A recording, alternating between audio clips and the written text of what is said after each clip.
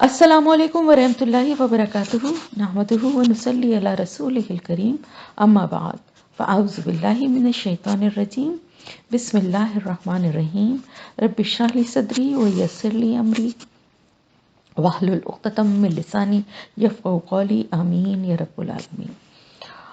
تفسیر آیت نمبر 29 سے سورہ القصص۔ فلما تو جب قضا پوری کی موسیٰ علیہ السلام نے الاجلہ مقرر مدت و سارا اور وہ لے چلا بأہلہ اپنے گھر والوں کو، آنسا اس نے دیکھی من جانب طور کی جانب سے نارا ایک آگ، قالا کہا لأہلہ اپنے گھر والوں سے، امکثوا ٹھہر جاؤ، انی بے شک میں آنستو دیکھی ہے میں نے یا محسوس کی ہے میں نے، نارن ایک آگ، لعلی شاید کہ میں آتیکم میں لاؤں تمہارے پاس، منہا اس میں سے بخبرن کوئی خبر، او یا جذوتن کوئی انگارہ، من الناری آگ میں سے، لعلکم تاکہ تم تستلون تم تاپ سکو۔ پچھلے سبق کا جہاں پہ اینڈ ہوا تھا تو یہاں پہ ہوا تھا کہ حضرت موسیٰ علیہ السلام جب مدین پہنچے تھے تو ان کو ایک بزرگ جو شعیب نامی تھے انہوں نے اپنے گھر میں ان کو پناہ دی تھی اور اپنے پاس ملازم بھی رکھ لیا تھا، اور پھر ان کی شرافت اور ان کی امانت کو دیکھتے ہوئے انہوں نے کیونکہ وہ ضعیف آدمی تھے اور بیٹا کوئی تھا نہیں، بیٹیاں تھیں ان کی، تو انہوں نے اپنی ایک بیٹی کا نکاح جو ہے وہ ان سے کر دیا تھا، اور شرط یہ رکھی تھی کہ 8 سال جو ہیں وہ پورے کرنے ہوں گے، اور اگر اپنی خوشی سے 10 بھی پورے کر دیں تو اور بھی اچھی بات ہے۔ وجہ کیا تھی یہ شرط رکھنے کی؟ وجہ یہ تھی کہ ظاہر ہے ایک تو موسیٰ علیہ السلام کو خود بھی اپنی جان کا خوف تھا فوری طور پہ، تو وہ ویسے خود بھی نہ جاتے، لیکن یہاں پر جو وہ بوڑھے ضعیف آدمی تھے اور ان کے پاس کوئی بیٹا نہیں تھا، اور ظاہر ہے ملازموں کے اوپر اتنا بھروسہ اور ٹرسٹ نہیں ہوتا، اور داماد تو بہرحال گھر کا ایک فرد ہوتا ہے، اور دیکھ بھی لیا تھا انہوں نے کہ یہ کتنے شریف اور امانت دار ہیں، تو انہوں نے یہ سوچ کے کہ 8-10 سال کے لیے ان کو پابند کر دیا کہ کم از کم 8-10 سال تک وہ یہاں رہ کے ان کے معاملات کو سب چیزوں کو سنبھالیں گے، اس عرصے میں دوسری بیٹی کی بھی شادی ہو جائے گی، اور بھی اگر ان کی کوئی ذمہ داری ہیں تو انہوں نے سوچا کہ وہ بھی پوری ہو جائیں گی۔ اس کے بعد کیونکہ ظاہر ہے شوہر کا بیوی پہ حق ہے، وہ جہاں چاہیں جہاں لے کے جا سکتے ہیں، اپنے گھر والوں کے پاس لے جانا چاہیں یا کسی دوسری جگہ جانا چاہیں تو بیوی تو شوہر کے ساتھ ہی جائے گی، اس لیے انہوں نے ایک شرط ان کو پابند کرنے کے لیے کی تھی کہ یہ اتنا عرصہ جو ہے جو ان کا ضرورت کا وقت ہے، اور ان دونوں طرف سے کیونکہ ضرورت تھی، حضرت موسیٰ علیہ السلام بھی اس پوزیشن میں نہیں تھے کہ فوری طور پہ واپس جا سکتے، تو انہوں نے وہ ایکسیپٹ کر لی تھی، اور جیسا کہ میں نے آپ کو بتایا کہ انہوں نے 8 کے بجائے 10 سال ہی پورے کیے تھے، ہمیں اس کی روایت ملتی ہیں۔ پھر جب انہوں نے یہ مدت پوری کر لی، یعنی جب 10 سال گزر گئے تو پھر انہوں نے حضرت موسیٰ علیہ السلام نے واپسی کا ارادہ کیا۔ ہوا یہ کہ اندازہ یہ ہوتا ہے کہ اب ظاہر ہے اپنے گھر والوں کو یاد تو کرتے ہوں گے اور مصر جانا بھی چاہتے ہوں گے، لیکن یہ خوف تھا کہ وہاں پر تو سب جان کے دشمن بنے ہوئے ہیں، لیکن اب یہ سوچا ہوگا، مطلب اس وقت حضرت موسیٰ علیہ السلام نے یہ سوچا ہوگا کہ 10 سال تو گزر چکے ہیں اور وہ فرعون بھی مر چکا ہے جس کی حکومت کے زمانے میں وہ مصر سے نکلے تھے، اب اگر میں خاموشی سے چلا جاؤں اور اپنے خاندان کے ساتھ رہنے لگوں، کیونکہ پہلے تو شاہی خاندان کے ساتھ رہتے تھے نا، اب میں وہی بنی اسرائیلیوں میں اپنے خاندان والوں کے ساتھ چلا جاؤں، اب بات اتنی پرانی ہو گئی کہ ایک طرح سے اس پہ مٹی پڑ چکی ہے، اور اب وہ والی سچویشن، وہ والا خطرہ شاید نہ ہو، تو یہ سب کچھ سوچتے ہوئے اور ظاہر ہے اپنے جو گھر والوں کی یاد بھی تھی تو وہ وہاں سے جو ہے نکلے، اور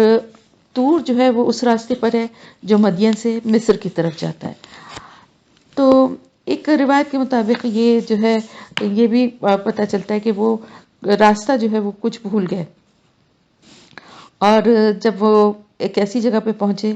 اور آپ کو پتہ ہے صحرا میں راستہ بھولنا یا بھٹکنا بڑا ہی خطرناک ہوتا ہے، کیونکہ وہاں پر اور تو کوئی سائن یا کوئی اور ایسی جگہ، تو آبادیوں میں تو آپ کو کچھ ایسے آثار نشانیاں مل جاتی ہیں نا، فلانی بستی ہے یا فلانی دکان ہے یا فلانا کوئی راستہ ہے یا کوئی ندی ہے یا کوئی کسی چیز سے، بہت ساری چیزوں سے انسان جو ہے وہ اپنی شناخت راستے کی کر لیتا ہے، لیکن صحرا میں دور دور تک سوائے ریت کے میدان کے اور کچھ بھی نہیں نظر آ رہا ہوتا، اور آسمان پہ سر پہ آسمان اور نیچے ریت کا میدان، تو وہاں پر جو طور کی پہاڑیوں کے پاس انہوں نے یہ خیال کیا ہوگا، جیسا کہ یہاں پر اندازہ ہوتا ہے کہ انہیں جب وہاں پہنچے اور انہوں نے مدت کو پورا کرنے کے بعد وہ سفر پہ نکلے، اور راستے میں جب وہ اس جگہ پہ پہنچے طور کی جانب، انہوں نے دیکھا اپنے گھر والوں کے ساتھ تھے، اور انہوں نے دیکھا کہ ان کو کچھ روشنی سی نظر آئی، تو اندازہ یہی ہوا کہ آگ جل رہی ہے، اور دو چیزوں کا خیال آیا۔ آگ جلنے کا مطلب یہ ہے کہ کوئی نہ کوئی تو ہوگا جس نے آگ جلائی ہوگی، ایک تو یہ بات ہے، اور دوسری بات یہ کہ جہاں آگ جل رہی ہے اس جگہ پہ بلندی پہ روشنی بھی ہے اور بلندی بھی ہے، تو وہاں پر چڑھ کے جائیں گے تو وہاں سے کچھ آگ کے چند انگارے لے کر آ جائیں گے، جن کو یہاں پر دہکا کے اور مزید لکڑیوں کے ساتھ اتنا انتظام کر لیں گے، کیونکہ صحرا میں جو ہے نا راتیں بہت ٹھنڈی ہوتی ہیں، بہت زیادہ، یعنی دن میں جتنی تپش اور جتنی گرمی ہوتی ہے نا، راتیں اتنی ہی زیادہ ٹھنڈی ہوتی ہیں۔ تو اور ظاہر ہے اپنی بیوی بچوں کے ساتھ تھے، فیملی تھی ساتھ میں، تو اپنے سے زیادہ جو ہے وہ مرد کو جو ہے اپنے سے زیادہ اپنی بیوی بچوں کا، اپنی فیملی کا خیال ہوتا ہے، تو انہوں نے کہا کہ وہاں سے کچھ انگارے یا کچھ آگ مل جائے ایسی تو یہاں لا کر جلا لی جائے آگ، تو سب لوگ جو ہیں اس آگ کو تاپ لیں گے۔ اور پھر یہ کہ وہاں پہ بلندی پہ جا کے ذرا وہاں پہ روشنی بھی ہے، اور اوپر چڑھ کے ذرا راستے کا بھی صحیح اندازہ ہو جائے گا کہ میں صحیح راستے پہ جا رہا ہوں یا نہیں، کیونکہ آتے ہوئے تو بہت ایک پریشانی اور وحشت کے عالم میں آئے تھے۔ آپ کو معلوم ہے کہ مصر سے جب نکلے تھے تو اب اس وقت رات ہو گئی تھی، رات میں ویسے بھی سفر میں راستہ اتنا سمجھ میں نہیں آتا، تو انہوں نے اپنے گھر والوں کو یہ تسلی دی اور ان سے کہا کہ بھئی تم یہاں پر تھوڑا سا ویٹ کرو، میں جاتا ہوں، انتظار کرو، مجھے کچھ آگ روشنی سی نظر آ رہی ہے اور محسوس ایسا ہوتا ہے کہ آگ ہے، تو میں وہاں جاتا ہوں اور دیکھتا ہوں کہ زیادہ نہیں تو کم از کم وہاں سے کوئی انگارے ہی مل جائیں، یا پھر کوئی اچھی خبر مل جائے، مطلب یہ کہ اگر کوئی اور قافلہ یا کچھ اور لوگ ہیں ٹھہرے ہوئے تو ان کا ساتھ بھی ہو جائے گا، اور یا اوپر چڑھ کے وہاں سے راستے کا صحیح اندازہ بھی ہو جائے گا، اور کچھ بھی نہ ہوا تو کم از کم کچھ انگارے یا کچھ وہ آگ ایسی لے آؤں گا کہ جس سے کو جلا کے تم لوگ بھی تاپ سکو۔ فلما، تو جب اتاہا، وہ آیا اس کے پاس، نو دیا، پکارا گیا، من شاطئ، کنارے سے، الوادی، وادی کے، الایمنی، دائیں جانب سے، فی البقعتی، خطہ زمین میں یا زمین کے حصے میں، المبارکتی، برکت والی، من الشجرتی، درخت میں سے، ان کے، یا موسیٰ، اے موسیٰ، انی، بے شک میں، انا، میں ہی، اللہ، اللہ ہوں، رب العالمین، رب تمام جہانوں کا۔ تو جب حضرت موسیٰ علیہ السلام اس آگ کے قریب یعنی اس پہاڑ پہ چڑھ کے وہاں تک پہنچے تو دیکھا کہ وہ آگ جو تھی وہ ایک درخت میں لگی ہوئی تھی، اور وہ آگ ایسی تھی، یعنی وہ تجلی تھی، نور تھا، وہ آگ نہیں تھی، اس سے وہ درخت جل نہیں رہا تھا بلکہ روشن تھا۔ ان کو وہاں پر اللہ تعالیٰ کی طرف سے انہیں پکارا گیا۔ آپ دیکھیں بہت بڑا درجہ ہے حضرت موسیٰ علیہ السلام کا پیغمبروں میں، اور اس کی وجہ یہ ہے کہ وہ کلیم اللہ ہے، اللہ نے ان سے کلام فرمایا ہے، یعنی باضابطہ باقاعدہ طور پہ اللہ نے ان سے کلام کیا، اور انہوں نے اللہ سے سوال کیے یا جواب کیے، یا اللہ نے جو بھی یہ سارے پیغامات آگے جو ہیں وہ ڈائریکٹلی ان کو اللہ کی طرف سے مل رہے ہیں، یعنی اور دیگر جو رسول ہیں ان کے پاس جو ہے فرشتے جو ہیں حضرت جبرائیل علیہ السلام وہ اللہ کے پیغامات لے کر آتے ہیں، لیکن حضرت موسیٰ علیہ السلام جو ہیں وہ ان سے اللہ تعالیٰ نے ڈائریکٹلی خود کلام فرمایا ہے۔ تو ہر پیغمبر کی کچھ خصوصیات ہیں، خاص طور سے جو اولو العزم اور جو کہنا چاہیے نا جن کا ویسے تو ہمارے لیے تو سب رسول جو ہیں وہ یکساں احترام اور یکساں ہمارے دل میں ان کے لیے احترام ہے اور عزت ہے، اور ہم ان میں کوئی فرق نہیں کرتے، اللہ کا جیسا کہ حکم ہے، لیکن اللہ کی طرف سے جو درجات بعض رسولوں کو دیے گئے ہیں تو ان میں سے حضرت موسیٰ علیہ السلام کا بھی ایک خاص مقام ہے، کیونکہ اللہ تعالیٰ نے ان سے کلام فرمایا۔ تو وہاں جب وہ پہنچے تو آپ تصور کریے اس سچویشن کا کہ ایک صحرا ہے اور چاروں طرف سناٹا ہے، رات کا وقت ہے، تاریکی ہے، اور ایک پہاڑ کے اوپر آگ جلتی ہوئی یا محسوس ہو رہی ہے، اور جب وہاں پہاڑ پہ چڑھ کے پہنچے تو دیکھا کہ ایک درخت ہے جس سے وہ روشنی یا وہ نور جو ہے وہ پھوٹ رہا ہے، اور وہ ایسی آگ ہے کہ جو درخت کو جلا بھی نہیں رہی ہے. یعنی وہ درخت آگ لگتی ہے تو درخت جل رہا ہوتا ہے نا، اور جلتے جلتے درخت راکھ ہو جائے گا، لیکن وہ ایسی روشنی تھی، ایسا نور تھا، وہ نور تھا کہ جس نے درخت کو روشن کیا ہوا تھا. اور وہاں پہ پھر اللہ تعالیٰ کی طرف سے انہیں پکارا گیا. وادی وادی وادی الایمن، یعنی ایمن کہتے ہیں دائیں جانب وادی کا جو حصہ تھا، اور فی البقعتی یعنی اس خطہ زمین میں المبارکتی برکت والی. کیا برکت تھی؟ اس کو کیوں برکت والی کہا؟ یعنی وہ جگہ، وہ حصہ جہاں پر وہ درخت جو ہے وہ نور تجلی سے روشن ہو رہا تھا. وہ تجلی تھی نور کی، جس سے کہ وہ درخت آگ سے بھڑک نہیں رہا تھا بلکہ نور کی وجہ سے روشن تھا. تو وہ اس وجہ سے وہ درخت اور وہ خطہ زمین جو ہے وہ برکت والا ہے، کیونکہ وہاں پر اللہ پاک نے حضرت موسیٰ علیہ السلام سے کلام فرمایا. اور وہاں پر ان کو اس سے سب سے پہلا اللہ تعالیٰ کی طرف سے کیا میسج ملا؟ ان کو ایک آواز آئی کہ اے موسیٰ، بے شک میں ہی ہوں اللہ، تمام جہانوں کا رب. سب سے پہلے اللہ تعالیٰ نے اپنا تعارف کروایا کہ تم ڈرو نہیں کہ کون ہے تم سے مخاطب، اور تم ان کو پوری طرح سے یہ یقین ہو جائے ان کو کہ اللہ تعالیٰ کی طرف سے یہ پیغام یا یہ صدا یا یہ جو بات یا آواز مجھے آ رہی ہے اللہ تعالیٰ کی طرف سے، تو اس کے لیے آگے فوراً ہی ان کو مزید تفصیل بھی بتائی گئی. سب سے پہلے تو اللہ تعالیٰ نے اپنا تعارف کروایا کہ میں ہوں تمہارا رب. اللہ وہ رب جو کہ تمام جہانوں کا رب ہے. وَأَنْ، اور یہ کہ القی ڈال دے، عصا کا اپنا عصا. فلما، تو جب رآہا اس نے دیکھا اسے، تہتزو کہ وہ ہلتی ہے، کأنہا گویا کہ وہ جانن پتلا سانپ ہے. واللہ وہ پھر گیا، مدبروں پیٹ پھیر کر، ولم اور نہ یعقب وہ پلٹا، یا موسیٰ اے موسیٰ اقبل آگے بڑھ، ولا تخف اور نہ تو ڈر، انکا بے شک تو من الآمنین امن پانے والوں میں سے. اب کیا ہوا؟ سب سے پہلے تو اللہ تعالیٰ نے فرمایا کہ میں جو تجھ سے مخاطب ہوں تو میں کون ہوں؟ میں رب ہوں، اللہ ہوں میں، اور صرف تیرا ہی نہیں تمام جہانوں کا رب ہوں. اور پھر ساتھ ہی ساتھ ان کو 2 معجزے دیے گئے، جس میں سے پہلا یہ کہ ان سے کہا گیا کہ اپنے عصا یا اپنی لاٹھی کو، کیونکہ ظاہر ہے وہاں حضرت شعیب علیہ السلام حضرت شعیب جن کے پاس حضرت موسیٰ علیہ السلام رہے تھے، تو وہاں پر ان کی بھیڑ بکریاں چرانے کا کام، کیونکہ آپ نے پڑھا تھا نا کہ وہ مویشیوں کو پانی پلانے کے لیے لے کر گئی ہوئی تھی لڑکیاں، تو ان کے بہت سارے مویشی تھے جن کو وہ چراتے تھے، تو ہاتھ میں جو ہے وہ ایک عصا یا لاٹھی وہ رکھتے تھے. اور موسٹلی آپ دیکھیں پیغمبروں کی یہ سنت ہے، بھیڑ بکریاں چرانا جو ہے نا، ہمارے پیارے نبی صلی اللہ علیہ وسلم نے بھی چرائی ہے نا بھیڑ بکریاں جب، تو پیغمبروں کی یہ سنت ہے. اور اس کے بہت سارے فائدے اور اس کے بہت اچھے جو ہیں انسان کے اوپر ایفیکٹس ہوتے ہیں. کھلی آب و ہوا میں رہتا ہے، پھر جانوروں کے ساتھ وقت گزارنے سے کیا ہوتا ہے، یہ مویشی جو ہوتے ہیں نا،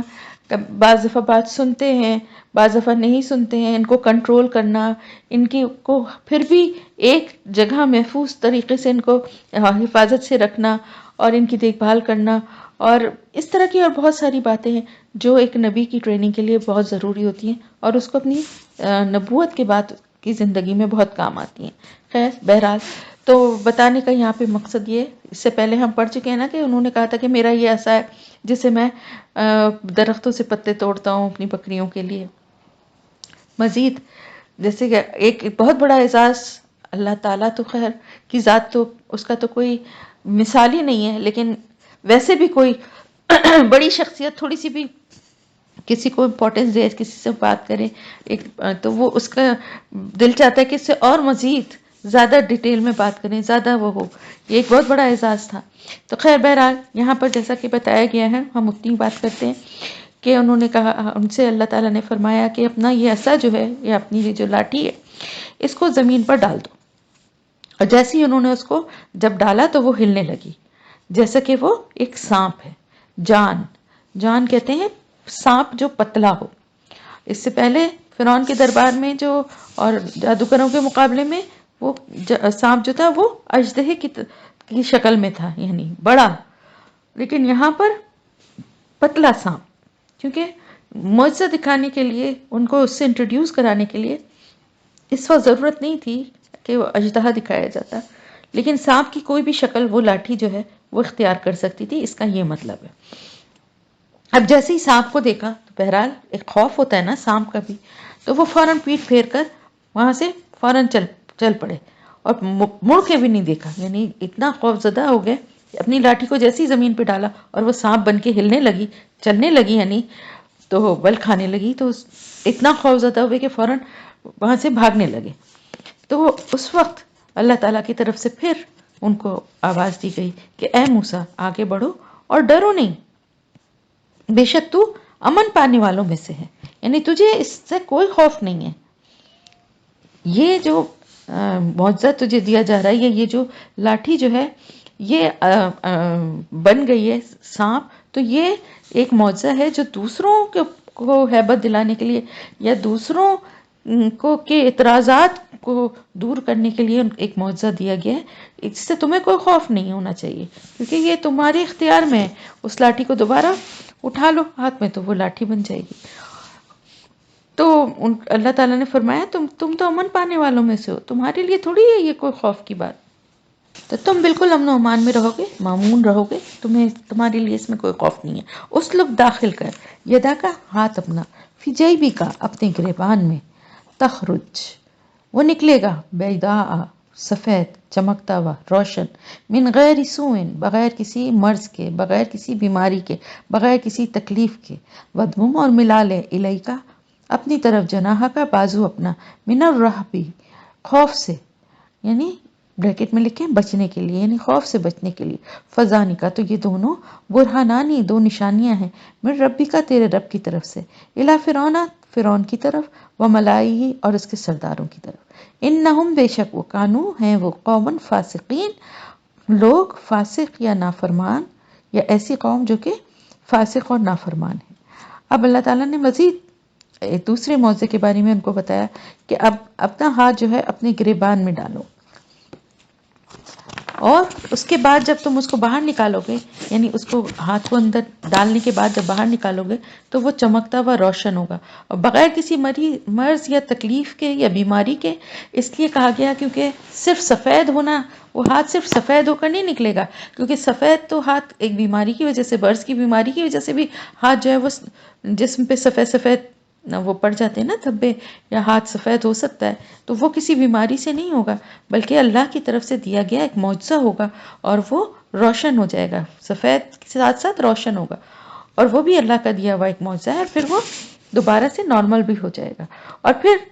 ایک اور بھی نشانی ان کو دی گئی اسی ہاتھ سے ریلیٹڈ، اسی یعنی اگر تمہیں کوئی خوف محسوس، یعنی جب کوئی ایسا خطرناک موقع ہے جس سے تمہارے دل میں خوف پیدا ہو، تو اپنا بازو جو ہے وہ اپنے جسم سے لگا لو، اس سے تمہارا دل قوی ہو جائے گا، رعب اور دہشت کی کوئی کیفیت تمہارے اندر باقی نہ رہے گی۔ اس کا مطلب یہ سمجھ میں آتا ہے کہ ایک تو یہ کہ بازو کو پہلو کے ساتھ یعنی اپنے سائیڈز میں لگا کے دبا لیا جائے، دوسرا یہ کہ ایک ہاتھ کو دوسرے ہاتھ کی بغل میں رکھ کر دبا لیا جائے۔ دونوں صورتوں میں جو ہے یہ اندازہ تو نہیں ہوتا، یعنی دیکھیں اگر سیدھا کھڑا ہوا ہے انسان اور اس کو کسی سے خوف محسوس ہو رہا ہے تو وہ اپنے ہاتھ کو اپنے سائیڈز میں ایسے کر کے بالکل اسٹریٹ کر کے اپنے جسم سے چپکا لے، تو اللہ تعالیٰ کی طرف سے جو ہے دل کو قوت اور مضبوطی ملے گی، اور خوف جو ہے وہ دور ہو جائے گا۔ اور دوسرا یہ کہ دونوں ہاتھوں کو جیسے سینے پہ جیسے باندھتے ہیں تو اپنی بغلوں کی طرف لے جا کے وہاں پر اس کو دونوں ہاتھوں کو جو ہے اپنے جسم سے چپکا لے۔ دونوں صورتوں میں دیکھنے والے کو تو یہی لگے گا کہ وہ ایک پوسچر ہے کہ ایک انسان ہاتھ باندھے کھڑا ہے یا ایک جسم سے لگے ہوئے ہاتھ، لیکن وہ کیونکہ جسم سے جب اتنا کلوز ہو جائیں گے تو اللہ کی طرف سے یہ بھی ایک مدد ہوگی کہ ان کو پھر کوئی خوف محسوس نہیں ہوگا۔ تو اللہ تعالیٰ نے فرمایا کہ کیونکہ وہ جا رہے تھے ایک ظالم حکومت کا مقابلہ کرنے کے لیے، اور آپ دیکھیں کہ بغیر کسی تیاری تو ویسے تیاری تو تھی، لیکن کوئی ان کے ساتھ کوئی فوجی سامان، کوئی لشکر، کوئی ایسا دنیاوی ساز و سامان یا تیاری ان کے ساتھ نہیں تھی، ایسے ہی اکیلے بھیجے جا رہے تھے۔ بس ان کی درخواست پر حضرت ہارون علیہ السلام ان کے بھائی کو ان کے ساتھ جو ہے اللہ تعالیٰ نے بھیج دیا تھا، لیکن ان کے ساتھ اور تو کوئی ایسی نہ کوئی ایسا ہتھیار تھا، نہ کوئی ایسا لشکر تھا، نہ کوئی اور ساز و سامان ایسا تھا. تو اور وہاں اتنا بڑا بادشاہ فرعون جو دنیاوی طور پہ تو بہت بڑی ایک طاقت تھا نا، اور ان کی جان کا دشمن بھی تھا، کیونکہ وہاں سے وہ جن حالات میں نکلے تھے قتل کر کے. تو اللہ تعالیٰ نے،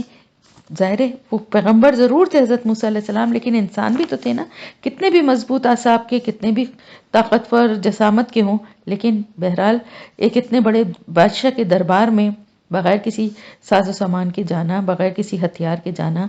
اور اس کو اللہ کی طرف بلانے کی دعوت دینا، جو کہ خود اللہ ہونے کا دعویٰ کر رہا ہے. سوچ، اپنے آپ کو رب کہتا تھا، اس کو ایک حقیقی رب کی طرف، ایک رب کی طرف جو کہ تمام جہانوں کا رب ہے، اس کی طرف بلانا، اس کی دعوت دینا اس بادشاہ کے سامنے، یہ ایک بہت ہی یعنی ایک ڈیفیکلٹ اور خطرناک سچویشن تھی. تو اسی لیے اللہ تعالیٰ نے پہلے سے ان کو یہ بات، یہ ایک معجزے کی شکل میں یہ بھی ایک چیز بتائی کہ کبھی ایسا بھی سچویشن ہوگی کہ ہو سکتا ہے کہ بہت زیادہ خوف ان کے پر طاری ہونے لگے، تو اس وقت اس طرح کی جب صورت کوئی پیش آئے تو یہ عمل کر لیا کریں. تو اس سے کیا ہوگا؟ اس سے یہ ہوگا کہ فرعون جتنی بھی کوششیں کر لے گا، جتنی بھی طاقت دکھائے گا، ان کے اوپر، ان کے دل کو کیونکہ اللہ کی طرف سے مضبوطی مل جائے گی، تو وہ کوئی نقصان نہیں پہنچا سکے گا. یعنی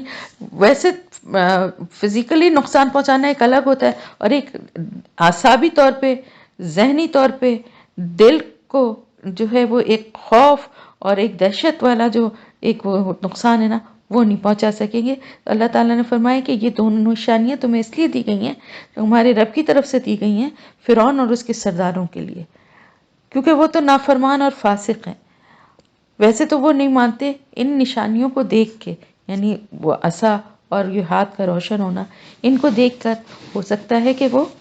ان کو کچھ بات اللہ کی جو دعوت تم دے رہے ہو وہ کچھ ان کی سمجھ میں آئے. قالا، کہا، ربی ہے میرے رب، انی بے شک میں، قتل کیا میں نے، منہم ان میں سے، نفسن ایک شخص کو، فاخافو تو میں ڈرتا ہوں، ان یقتلون کہ وہ قتل کر ڈالیں گے مجھے. اب انہوں نے حضرت موسیٰ علیہ السلام نے جو ہے وہ اپنے دل کی بات بتائی. انہوں نے کہا کہ اے میرے رب، بے شک مجھ سے تو ایک قتل ہو گیا تھا، بے شک قتل خطا تھا، لیکن مجھ سے شخص کا قتل ہو گیا ہے، تو اب مجھے یہ ڈر ہے کہ یہ تو مجھے قتل کر دیں گے. اب اس کا یہ مطلب نہیں تھا کہ وہ جو ہے ان کو صرف یہی خوف تھا کہ مجھے اللہ تعالیٰ کسی طرح سے میری جان بچا لیں، میں وہاں جاؤں تو کہیں مجھے قتل نہ کر دیا جائے، بلکہ اب ایک ذمہ داری مل گئی تھی نا، اب منصب مل گیا تھا رسالت کا. اور رسالت کا جو فریضہ تھا وہ کس طرح ادا ہوتا ہے کہ جائیں اور جا کے اللہ کے پیغام کو ان لوگوں تک پہنچائیں. تو اب انہوں نے کہا، ان کو یہ خوف تھا کہ کہیں ایسا نہ ہو کہ وہاں میں پہنچوں اور مجھے پہنچتے ہی جو ہے گرفتار کر لیا جائے، کہ جو قتل جو میں کر کے وہاں سے نکلا تھا تو اس کی سزا میں مجھے گرفتار کر لیں، اور پھر وہ موقع ہی نہ آنے دیں کہ جیسے کہ میں جاتا فرعون کے دربار میں اور جا کے میں اس کو نصیحت کروں یا اللہ کا پیغام پہنچاؤں، تو ایسا نہ ہو کہیں کہ اس سے پہلے ہی مجھے ویسے ہی پکڑ کے جیل میں ڈال دیا جائے، تو پھر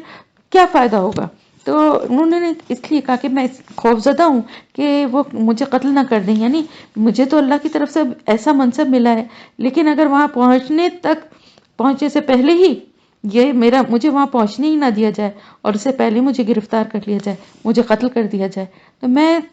اس بات کا خوف رکھتا ہوں کہ پھر میں کیسے یہ جو مجھے کام دیا جا رہا ہے اللہ تعالیٰ کی طرف سے، جو ذمہ داری دی جا رہی ہے، اس کو میں کس طرح سے پورا کروں گا. وَأَخِي، اور میرا بھائی ہارون ہوا وہ افصح، زیادہ فصیح ہے، منی مجھ سے، لساناً زبان میں، فَأَرْسِلْهُ تو بھیج اسے، مَعِیَّ میرے ساتھ، رِدًا مددگار کے طور پہ، یُصَدِّقُنِی وہ تصدیق کرے میری، انی بے شک میں، اخافو میں ڈرتا ہوں، ان یکذبون کہ وہ جھٹلا دیں گے مجھے. اور ساتھ ہی ساتھ انہوں نے یہ بھی بات کہی، کیونکہ دیکھیں ہر انسان میں الگ طرح کی صلاحیتیں ہوتی ہیں، اور حضرت موسیٰ علیہ السلام جو تھے بہت ہم پچھلے واقعات میں پڑھ بھی چکے ہیں کہ وہ جسمانی طور پہ بہت مضبوط اور بہت طاقتور تھے، بہت اچھے دل کے تھے، ہر ایک کی مدد کرنے کے لیے تیار ہو جاتے تھے، اور لیکن اندازہ ایسا ہوتا ہے کہ بہت زیادہ فصیح البیان نہیں تھے، بہت زیادہ بولنے کی صلاحیت، اچھا بولنے کی صلاحیت ان میں نہیں تھی، گو کہ بعد میں ان کی یہ کمی جو ہے وہ بھی پوری ہو جاتی ہے، اللہ تعالیٰ کی طرف سے دور ہو جاتی ہے، اور بعد کے جو یعنی بنی اسرائیل کی تربیت کے لیے جب وہاں صحرائے وہاں پہ لے کر گئے ہیں سمندر کو کراس کر کے، اور وہاں صحرا میں جب یہ رہے ہیں تو بہت ساری جگہوں پہ جو ان کی تورات اور انجیل میں ان کے خطبات بھی ملتے ہیں کہ انہوں نے جو اپنی قوم کے ساتھ کیا ہے، باتیں کی ہیں یا تقریر کی ہے یا خطبے دیے ہیں، لیکن انیشلی جو ہے اس اسٹیج پہ ان میں اتنی صلاحیت وہ اپنے میں نہیں پاتے تھے، اور اس کے سلسلے میں بہت ساری روایات بھی اور قصے کہانیوں کے طور پہ مشہور ہیں کہ وہ ان کی زبان میں لکنت تھی، یا انہوں نے انگارہ منہ میں رکھ لیا تھا بچپن میں، اور ایسی اور بہت سی باتیں، ہو سکتا ہے وہ لکنت، لیکن ایسی کوئی بات قرآن میں یا کوئی ایسی ہمیں تفصیل نہیں ملتی اس کی، اس لیے ہم اس طرف نہیں جائیں گے۔ ویسے ہم یہ بات سمجھ سکتے ہیں، ہوتا ہے نا، ہر انسان کو اللہ تعالیٰ کی طرف سے کچھ خاص صلاحیتیں ملی ہوتی ہیں، تو ہو سکتا ہے کہ وہ اتنے فصیح البیان نہ ہوں، اور پھر وہ یہ ایک تو یہ بھی بات تھی کہ وہ چاہتے تھے کہ اپنے بھائی کو، کہ وہ جو ہیں وہ بہت اچھے سے بات چیت کر سکتے ہیں، تو ایک تو یہ کہ وہ یہی خصوصیت تھی ان کی، حضرت ہارون علیہ السلام کی، کہ وہ بہت فصیح البیان تھے، وہ زیادہ اچھے سے بات کو ایکسپلین کر سکیں گے، اور ساتھ ہی ساتھ کیا کہ وہ میرا ساتھ دیں گے، میری تصدیق کریں گے۔ یعنی دیکھیں، ایک اکیلے آدمی سے دو کی بات زیادہ وزندار ہوتی ہے نا، کہ میرے ساتھ ساتھ میرا بھائی بھی ہوگا اور وہ بھی یہی بات کہے گا، اور وہ بھی اللہ کے پیغام کو اسی طرح فرعون کے اور ان کے درباریوں کے سامنے پیش کرے گا، تو اس بات کی جو ہے اثر اس بات کا زیادہ بڑھ جائے گا، اور کیونکہ اکیلے جانے کی صورت میں تو مجھے ڈر ہے کہ وہ مجھے جھٹلا دیں گے، لیکن جب ایک سے دو ہوں گے تو اتنا آسان نہیں ہوگا جھٹلانا، حالانکہ جھٹلانے والے تو اس وقت بھی کہہ سکتے تھے کہ بھئی یہ تو ان کا بھائی ہے اور انہی کی زبان بھولے گا، لیکن پھر بھی دو بھائی تو یہاں موجود تھے نا، ان کے ساتھ تو نہیں تھے، اور وہ تو کہیں اور سے آ رہے تھے، اور پھر دونوں جب اللہ کی بات، اللہ کا پیغام پہنچائیں گے تو بات میں وزن زیادہ ہو جائے گا۔ تو بہرحال فرعون اور ان کے سردار جو تھے، ان کے درباری جو تھے، وہ اتنی آسانی سے تو ایمان لانے والے تھے بھی نہیں، لیکن بہرحال اپنے طور پہ تو رسول جو ہوتے ہیں وہ پوری کوشش کرتے ہیں، پوری تیاری کرتے ہیں کہ اپنی بات، اللہ کے پیغام کو اس انداز میں پیش کریں کہ دوسرے کے دل تک بھی اتر جائے، اور اس کے بعد ان کے اعتراضات کا جواب بھی دیں، جیسا کہ حضرت موسیٰ علیہ السلام نے فرعون کے دربار میں کیا تھا۔ قالا فرمایا، کس نے؟ اللہ تعالیٰ نے، سنشد ان قریب ہم مضبوط کر دیں گے، عدود کا بازو تیرا بھی اخی کا ساتھ تیرے بھائی کے، ونجعلو اور ہم بنا دیں گے، لکما تم دونوں کے لیے، سلطانن غلبہ، فلا تو نہیں یسلونا وہ پہنچیں گے، الیکما تم دونوں کی طرف، بھی آیاتنا ساتھ ہماری نشانیوں، انتما تم دونوں، ومن اتبعکما اور جو پیروی کرے تم دونوں کی، الغالبون غالب آنے والے ہو۔ تو اللہ تعالیٰ نے ان کی بات کے جواب میں فرمایا کہ آپ کو کے بازو کو ہم مضبوط کر دیں گے، بازو تیرا یعنی بھائی جو ہے وہ بازو کی طرح ہی ہے نا، تو اس کے ذریعے سے ہم مضبوط کر دیں گے، تیرے بھائی کے ذریعے سے، یعنی وہ تیرا بازو بن کے تیرے ساتھ کھڑا ہو جائے گا، ہم قریب ہم مضبوط کر دیں گے بازو تیرا تیرے بھائی کے ساتھ، یعنی تیرا بھائی تیرے ساتھ کھڑا ہو جائے گا تیرا بازو بن کر، اور ہم تم دونوں کے لیے ایسا غلبہ بنا دیں گے کہ وہ تم دونوں تک نہیں پہنچ سکیں گے۔ یعنی جس طرح سے بچپن میں بھی وہ دشمن تھے نا حضرت موسیٰ علیہ السلام کی جان کے، یعنی بنی اسرائیل کے بچوں کو وہ قتل کر رہے تھے نا، لیکن اللہ تعالیٰ نے کس طرح سے حضرت موسیٰ علیہ السلام کا انتظام کیا، اور کس طرح ان کے چہرے میں اللہ پاک نے ایسا رعب اور ایسی کشش ڈال دی کہ فرعون کے گھر میں ہی ان کی پرورش ہوئی، اور ان کے دل میں ان لوگوں کے دل میں حضرت موسیٰ علیہ السلام کی ایسی محبت اور ان کا ایسا رعب ڈال دیا کہ ان کو نقصان پہنچانے کا کوئی سوچ بھی نہیں سکا۔ تو اللہ تعالیٰ فرما رہے ہیں کہ اسی طرح سے اب تم دونوں کے لیے بھی اسی طرح سے اللہ تعالیٰ فرما رہے ہیں کہ ایسا غلبہ، یعنی تمہاری شخصیت میں، تمہاری ذات میں ایسا رعب اور ایسا دبدبا جو ہے اللہ تعالیٰ کی طرف سے تمہیں عطا کیا جائے گا کہ جب تم وہاں جاؤ گے ان سے ملو گے تو وہ تمہیں کوئی نقصان نہیں پہنچا سکیں گے. یعنی تم دونوں کے لیے، تم دونوں بھائی جب وہاں پہنچو گے اور وہاں پر اس کے دربار میں، تو وہ تمہیں کوئی نقصان نہیں پہنچا سکیں گے ساتھ ہماری نشانیوں کے. یعنی ہماری نشانیوں کے ساتھ جب تم وہاں جاؤ گے تو تم دونوں اور جو کوئی بھی تمہاری پیروی کرے گا وہی غالب آنے والے ہوگے. تو یہ اللہ کی جو نشانیاں، یہ جو معجزات تھے، اللہ تعالیٰ نے ان کے بارے میں فرمایا ہے کہ ہماری ان نشانیوں کے ساتھ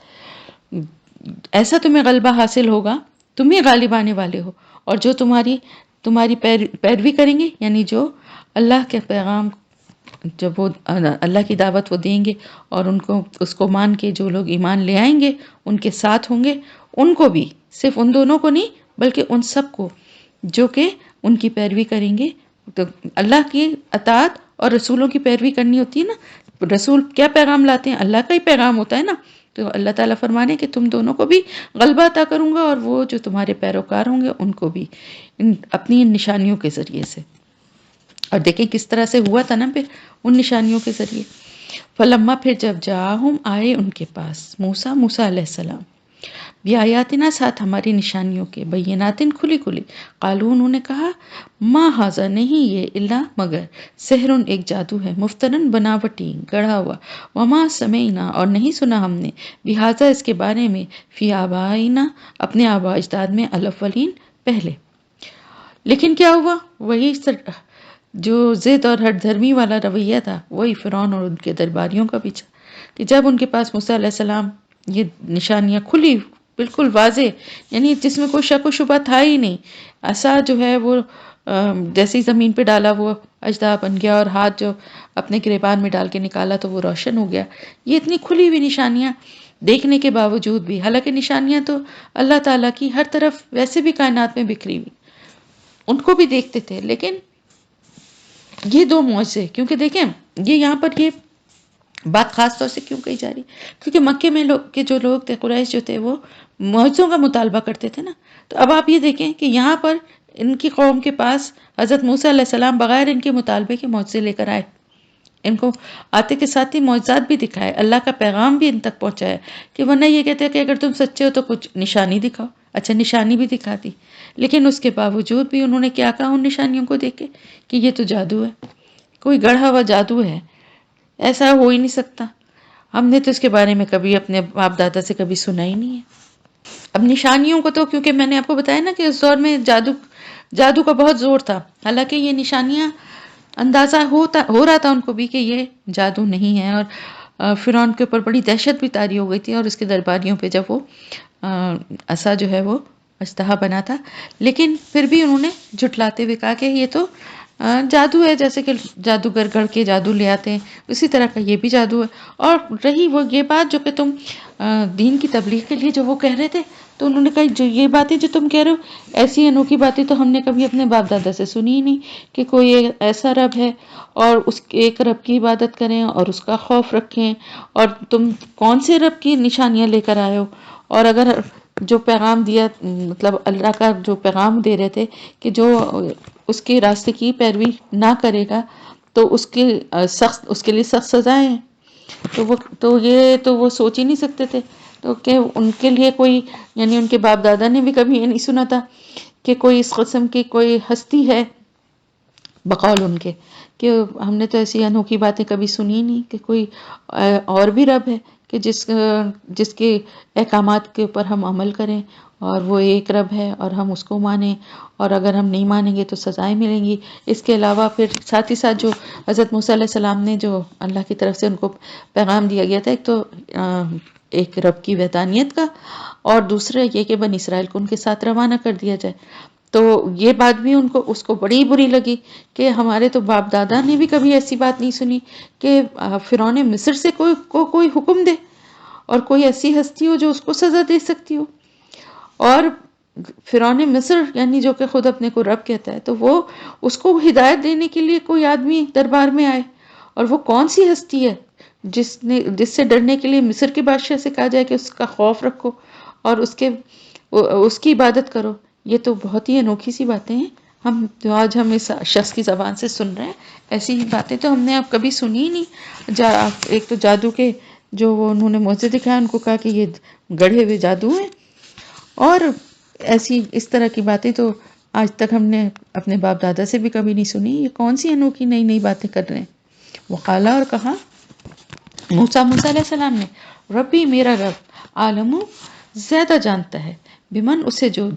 لایا ہے، بالہدا ہدایت، من اندہی اس کے پاس سے، ومن اور اسے جو تکونو ہے، لہو اس کے لیے، عاقبت الدار اچھا انجام گھر کا۔ انہو بے شک وہ، لا یفلح الظالمون نہیں وہ فلاح پاتے جو ظالم ہیں۔ اب موسیٰ علیہ السلام نے کہا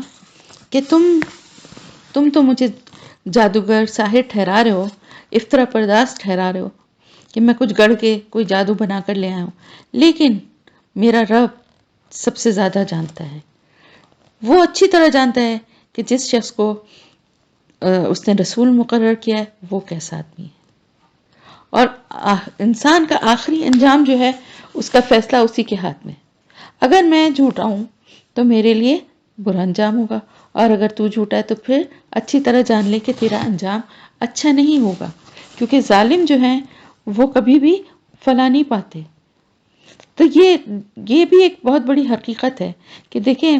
مومن ہو یا کافر ہو، لیکن ظالم کے لیے کہیں بھی فلاح نہیں ہے۔ اگر مومن بھی ہے اور وہ ظلم کر رہا ہے، ظالم ہے، تو اس کے لیے فلاح نہیں ہے۔ اور پھر جو شخص خدا کا رسول نہ ہو اور جھوٹ موٹ اپنے آپ کو رسول بنائے اور رسول بن کر اپنے کو فائدے حاصل کرنا چاہے، تو وہ تو سب سے بڑا ظالم ہے، تو وہ فلاح سے محروم رہے گا۔ اور جو طرح طرح کے جھوٹے الزامات لگائے سچے رسول پر، اور سچے رسول کو جھٹلائے اور اس کی صداقت کو دبانا چاہے، وہ اس سے بھی بڑا ظالم ہے، اور اس سے کبھی فلاح نصیب نہیں ہوگی۔ تو اصل بات کیا کہنے کا مقصد تھا ان کا؟ انہوں نے کہا کہ تم مجھے جو مرضی کہتے رہو، جھوٹا کہہ لو، ساحر کہہ لو، افطرا پرداز قرار دے دو، مگر مجھے کوئی پرواہ نہیں ہے، اس لیے کہ مجھے یہاں جس نے بھیجا ہے، میرے رب نے، وہ بہت اچھی طرح جانتا ہے کہ جو کچھ میں ہدایت کا پیغام لے کر آیا ہوں وہ اسی کے پاس سے ہے، اور اسی کے پاس جو اس کا پیغام لے کر آئے اسی کے لیے اچھا انجام ہے، آخرت کا گھر ہے۔ اور جو اللہ کے رسول کو جھٹلا رہا ہے اور اللہ کے پیغام کو نہیں مان رہا اور اس کا انکار کر رہا ہے، تو وہ ظالم ہے، اپنے اوپر ظلم کرنے والا ہے، اور وہ ہمیشہ فلاح سے محروم رہے گا۔ وقالا، اور کہا فرعون نے، یا ایھا الملاؤ، اے اہل دربار، یا اے سرداروں، ما علمت نہیں جانتا میں، لکم تمہارے لیے، من الہ کوئی الہ، غیری اپنے سوا، فاوقد بس جلاؤ آگ، لی میرے لیے، یا حامانو اے حامان، الطین مٹی پر، فجعل پھر بناؤ، لی میرے لیے، سرحن ایک بلند عمارت، لعلی شاید کہ میں، اطلع میں اطلاع پاؤں، الہ موسیٰ طرف موسیٰ کے الہ کے، وانی اور بے شک میں، لأظنہ البتہ میں سمجھتا ہوں اسے، من الکاذبین جھوٹوں میں سے۔ اب یہ سب باتیں سننے کے بعد جو ہے کسے آ گیا فرعون، بظاہر تو کوئی جواب اس سے بن نہیں پڑ رہا تھا، اب کیا کہے، تو کہنے لگا اب کچھ، یعنی ایک طرح سے جیسے ایک مذاق اڑانے والا انداز ہوتا ہے نا، اپنے سرداروں سے کہا کہ بھائی تمہیں کوئی نظر آتا ہے میرے علاوہ، کوئی اور بھی الہ نظر آتا ہے تمہیں، کیونکہ اپنے آپ کو تو رب کہلواتا تھا نا۔ تو کہتے بھائی میں تو نہیں سمجھتا کہ میرے علاوہ کوئی اور الہ ہے۔ کیوں یہ کہا اس نے؟ اس لیے کہ مجھ سے ہی تو تمہیں سب کچھ مل رہا ہے نا، میں یہاں جو پوری سلطنت ہے، یہاں جو نہریں جاری ہیں وہ کس کی ہیں؟ میری ہیں، جو زمینیں ہیں، جو باغات ہیں، اور جو یہ عیش و عشرت ہے، یہ محل ہیں، دربار ہیں، یہ بڑے بڑے عالیشان رہنے کے ٹھکانے ہیں، یہ سب کس نے تمہیں عطا کی ہیں؟ میں نے۔ تو تمہارا رب کون ہے؟ میں ہوں۔ تو میں تو نہیں دیکھتا کہ میرے علاوہ بھی کوئی اور رب ہے، جن کا یہ حضرت موسیٰ علیہ السلام کہہ رہے ہیں کہ ایک رب کی عبادت کرو اور جو زمین اور آسمان کا مالک ہے۔ تو میں تو نہیں دیکھتا، مجھے تو تم لوگوں کے لیے میرے علاوہ کون رب ہو سکتا ہے؟ سب کچھ تو تمہیں میں دے رہا ہوں۔ پھر اس کے بعد مزید اپنی کھسیاہٹ میں، کیونکہ بات کہہ کے بھی اس کی تسلی نہیں ہو رہی تھی، کیونکہ اس کو خود بھی اندازہ تھا کیونکہ دیکھیں جب ایک اللہ کی جو عبادت کرتے ہیں نا ان کے پاس کوئی کنفیوژن نہیں ہوتا. جو اللہ کو چھوڑ کر کسی کی عبادت کرتے ہیں نا وہ بڑے کنفیوز ہوتے ہیں اور وہ صرف ایک کسی کی عبادت پر اکتفا نہیں کرتے. یعنی کسی ایک دیوی یا کسی ایک دیوتا یا کسی ایک چیز کی وہ عبادت نہیں کرتے. ویسے فرعون کی قوم جو تھی وہ سورج کی جو ہے وہ پوجا کرتی تھی، عبادت کرتی تھی. اور فرعون جو تھا اس کو بھی سورج کا اوتار یعنی اسی کا ایک روپ مان کے اس کی بھی عبادت کیا کرتی تھی. لیکن اس کے ساتھ ساتھ ان کے اور بھی بہت سے دیوی دیوتا تھے. تو بہت سے ان کے دیوی دیوتا تھے، بہت سے معبود تھے جن کی وہاں عبادت کی جاتی تھی. تو اس لیے ایک رب کی جو دعوت دی جاتی تھی نا تو مشرکوں کو اس لیے بڑی تکلیف ہوتی تھی. مکہ میں بھی آپ دیکھیں نا کہ ایک بت تو نہیں تھا نا، لات منات عزا، اس کے علاوہ اور بہت سے کچھ لوگوں نے اپنے پرسنل بھی بت بنا کے رکھے ہوئے تھے جن کی وہ عبادت کیا کرتے تھے. تو ان سب چیزوں کو نا ایک ساتھ جو ہے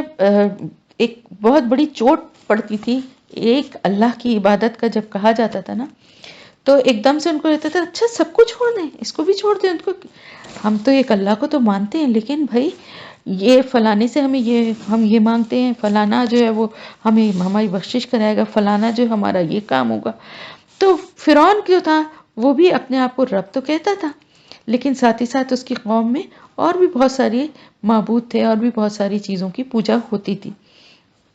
لیکن اس میں وحدانیت والا تصور نہیں رہا تھا کیونکہ حضرت یوسف علیہ السلام کے دور کو گزرے ہوئے ایک بڑا ٹائم گزر چکا تھا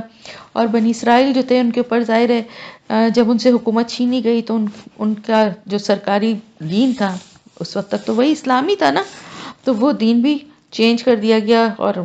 ظاہر ہے وہ ایک غلام طبقہ بن گئے اور ہر طرح سے ان کو دبانے اور کچلنے کے لیے. تو ان کے دین کے اوپر عمل تو کرنا ویسے بھی نہیں تھا کیونکہ ان کو تو ہر طرح سے ریجیکٹ کیا جا رہا تھا، ان کو تو ہر طرح سے یعنی ان کو کمتر درجے کا سمجھ کے ان کے ساتھ برا سلوک کیا جا رہا تھا. تو پھر ایک نیا دین کی ضرورت تھی اور وہ نیا دین جو تھا اس میں پھر سب سے پہلے سورج اور پھر وہاں کا جو بادشاہ ہے فرعون اس کو جو ہے اس کی عبادت شروع ہو گئی. اور ساتھ ہی ساتھ اور بھی بہت ساری چیزوں کی وہاں عبادت ہوا کرتی تھی، سانپ کی بھی ہوتی تھی، گائے کی بھی ہوتی تھی، ہر پتہ نہیں کس کس چیز کی عبادت ہوتی تھی. بہرحال تو اب وہ جو ہے وہ کہتا ہے کہ یہ میرے علاوہ یعنی مین تو رب میں ہی ہوں نا، میں سب سے بڑا جو مین جو الہ ہے وہ تو میں ہوں، اپنے علاوہ تو میں کسی کو نہیں دیکھتا. یعنی باقی سب جو ہیں وہ تو بہت کسی نے اپنے لیے کسی کی عبادت کر رہا ہے، کوئی کسی کی، لیکن مینلی جو عبادت ہوتی تھی وہ فرعون کی ہی ہوتی تھی. تو اس نے کہا کہ یہ جو باتیں کر رہے ہیں نا ان پہ مجھے تو یقین آتا نہیں ہے. اور ایسے ایک استہزائی انداز میں ایک مذاق اڑانے والا جیسے انداز ہوتا ہے اپنے وزیر سے حامان سے کہتا ہے کہ حامان ایسا کرو کہ پکی جو مٹی کی جو اینٹیں ہیں ان کو کھڑا کر کے ایک اوپر ایک اور ایک بڑی اونچی سی ایک عمارت بناؤ تاکہ میں اس پہ چڑھ کر جھانکوں، اطلاع پاؤں، یعنی میں دیکھوں واقعی یہ جو کہہ رہا ہے کہ جو جس کا یہ پیغام لے کر آیا ہے وہ ایک رب ہے جو اوپر موجود ہے. تو میں ایسی ایک اونچی عمارت بناؤں جس پہ چڑھ کے میں بھی جا کے دیکھ کر تو آؤں، جھانک کے تو آؤں، اوپر جا کے مجھے پتہ تو چلے یہ واقعی یہ صحیح کہہ رہا ہے کہ نہیں. اب یہ کتنی حماقت آمیز سی بات ہے. اور بہت سارے آپ کو حیرت ہوگی کہ اتنی ترقی کے دور میں، اتنی سائنسی ترقی کے دور میں آج بھی کچھ گمراہ لوگ جو ہیں وہ اسی قسم کی بیوقوفی کی باتیں آج بھی کرتے ہیں کہ وہ اسپیس میں اور مختلف جو وہ بھیجتے ہیں اپنی کہ باہر ہمیں تو وہاں پر اسپیس میں جو ہے بہت سے ہمیں پلینٹس بھی ملتے ہیں، سٹارز بھی ملتے ہیں اور بھی بہت کچھ ملتے ہیں، بلیک ہولز ہیں، یہ ہے سب کچھ ہے، لیکن وہاں پر کوئی ایسی جگہ تو نہیں ہے کہ جہاں ہمیں کوئی کسی اللہ کی موجودگی کا کہیں سے پتہ چلتا ہو. تو کہاں موجود ہے اللہ؟ تو آپ یہ دیکھیں نا کہ اللہ تعالیٰ کتنی بیوقوفی کی یہ بات ہے کہ اللہ تعالیٰ کی موجودگی کسی ایک مینار پہ چڑھ کے، کسی ایک بڑی اونچی کوئی بلڈنگ بنا کے یا کوئی سیڑھی لگا کے یا کوئی اسپیس شپس بھیج کے، کیا اللہ کی موجودگی کا یقین اس طرح سے کیا جا سکتا ہے؟ یہ تو ایمان بالغیب ہے. اور پتہ نہیں کون سے یہ احمق ہیں جو یہ سمجھتے ہیں کہ جس رب العالمین کو ہم مانتے ہیں، مسلمان مانتے ہیں، اور ایک ہے وہ ان کے نظریے کے مطابق اوپر کہیں بیٹھا ہوا ہے، اور زمین سے چند ہزار فٹ، چند لاکھ میل یا اربوں خربوں میل دور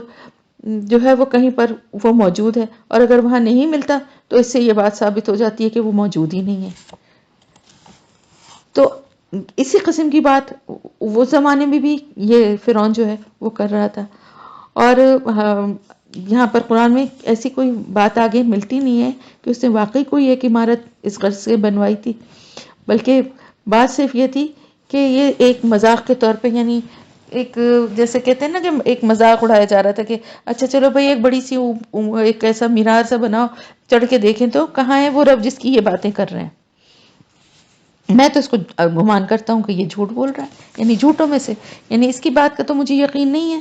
ہاں میں خود تصدیق کرتا ہوں کہ واقعی کوئی رب اوپر موجود ہے بھی. وَاسْتَكْبَرَ، اور تکبر کیا، ہوا اس نے، وَجُنُودُهُ، اور اس کے لشکروں نے، فی الارض، زمین میں، بغیر الحق، ناحق، وظنوا، اور وہ سمجھتے تھے، انہم، بے شک وہ، الینا، ہماری طرف، لا یرجعون، نہ وہ لوٹائے جائیں گے. تکبر کیا فرعون اور اس کے لشکروں نے زمین میں ناحق، یعنی جو کچھ اللہ کی طرف سے عطا کردہ نعمتیں تھیں، جو بھی حکومت، جو بھی ان کو شان و شوکت، جو بھی خوشحالی، زمین، باغ اور نہریں، جو بھی ان کو اللہ کی طرف سے نعمتیں ملی ہوئی تھیں، ان سب کو پا کے انہوں نے تکبر کیا، فرعون نے بھی اور اس کے لشکروں نے بھی، اس زمین میں. ایسی یعنی بڑائی کا حق تو صرف اللہ تعالیٰ کی ذات کو زیب دیتا ہے نا، تکبر صرف اللہ کو زیب دیتا ہے. لیکن فرعون اور اس کے لشکر کو ایک چھوٹا سا خطہ زمین، یعنی پوری دنیا بھی نہیں تھی، ایک زمین کا ایک حصہ تھا جو کہ اللہ کی طرف سے ان کو عطا کیا گیا، ہر طرح کی نعمتیں ان کو دی گئیں، خوشحالی تھی، ان سب چیزوں کو پانے کے بعد بجائے شکر گزاری کے تکبر کیا اور خود ہی رب ہونے کا دعویٰ کر بیٹھے، اپنے آپ کو خود ہی جو ہے وہ رب بنا لیا، بجائے اس کے کہ اللہ کی ان نعمتوں کو پانے کے بعد ان کے شکر گزار بنتے. انہوں نے یہ سمجھ لیا تھا کہ ان سے تو کوئی سوال کیا ہی نہیں جائے گا، ان سے کچھ پوچھا ہی نہیں جائے گا، اور انہیں کبھی واپس لوٹنا ہی نہیں ہے، اسی دنیا میں ہی رہنا ہے اور یہاں پر ہی عیش و عشرت کی زندگی گزارنا ہے، اور اس کے بعد مرنے کے بعد ختم ہو جانا ہے، سب معاملہ یہیں رہ جائے گا. اگر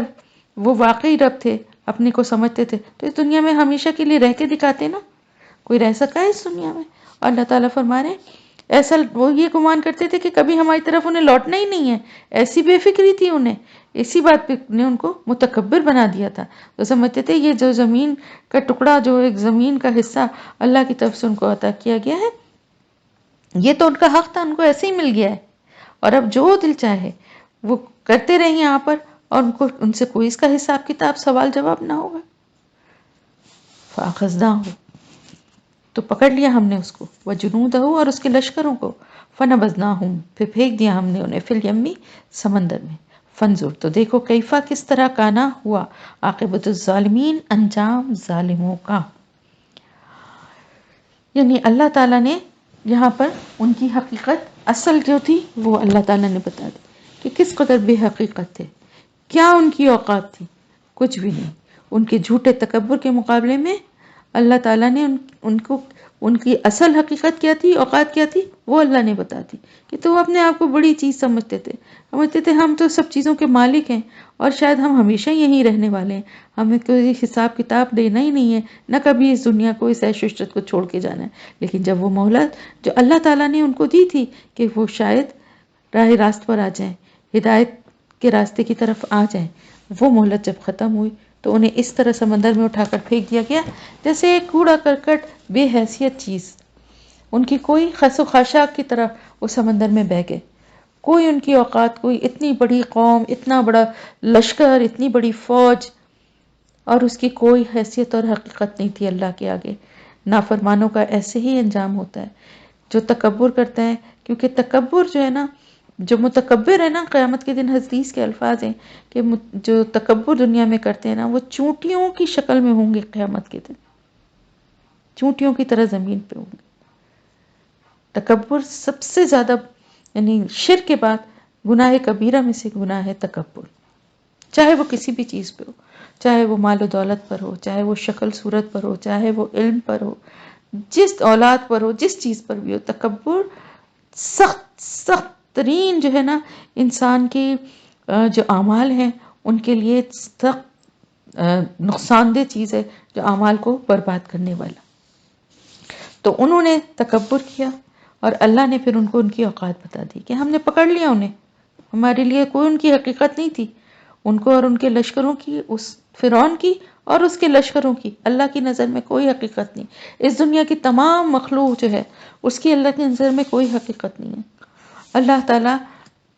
سیکنڈز میں سب کو تباہ و برباد کرنے کی قدرت رکھتا ہے، جس طرح اس نے تخلیق کیا اسی طرح ان کو فنا کرنے اور ختم کرنے کی بھی قدرت رکھتا ہے۔ اگر ان لوگوں کے گناہوں، لوگوں کی بدعمالیوں کے باوجود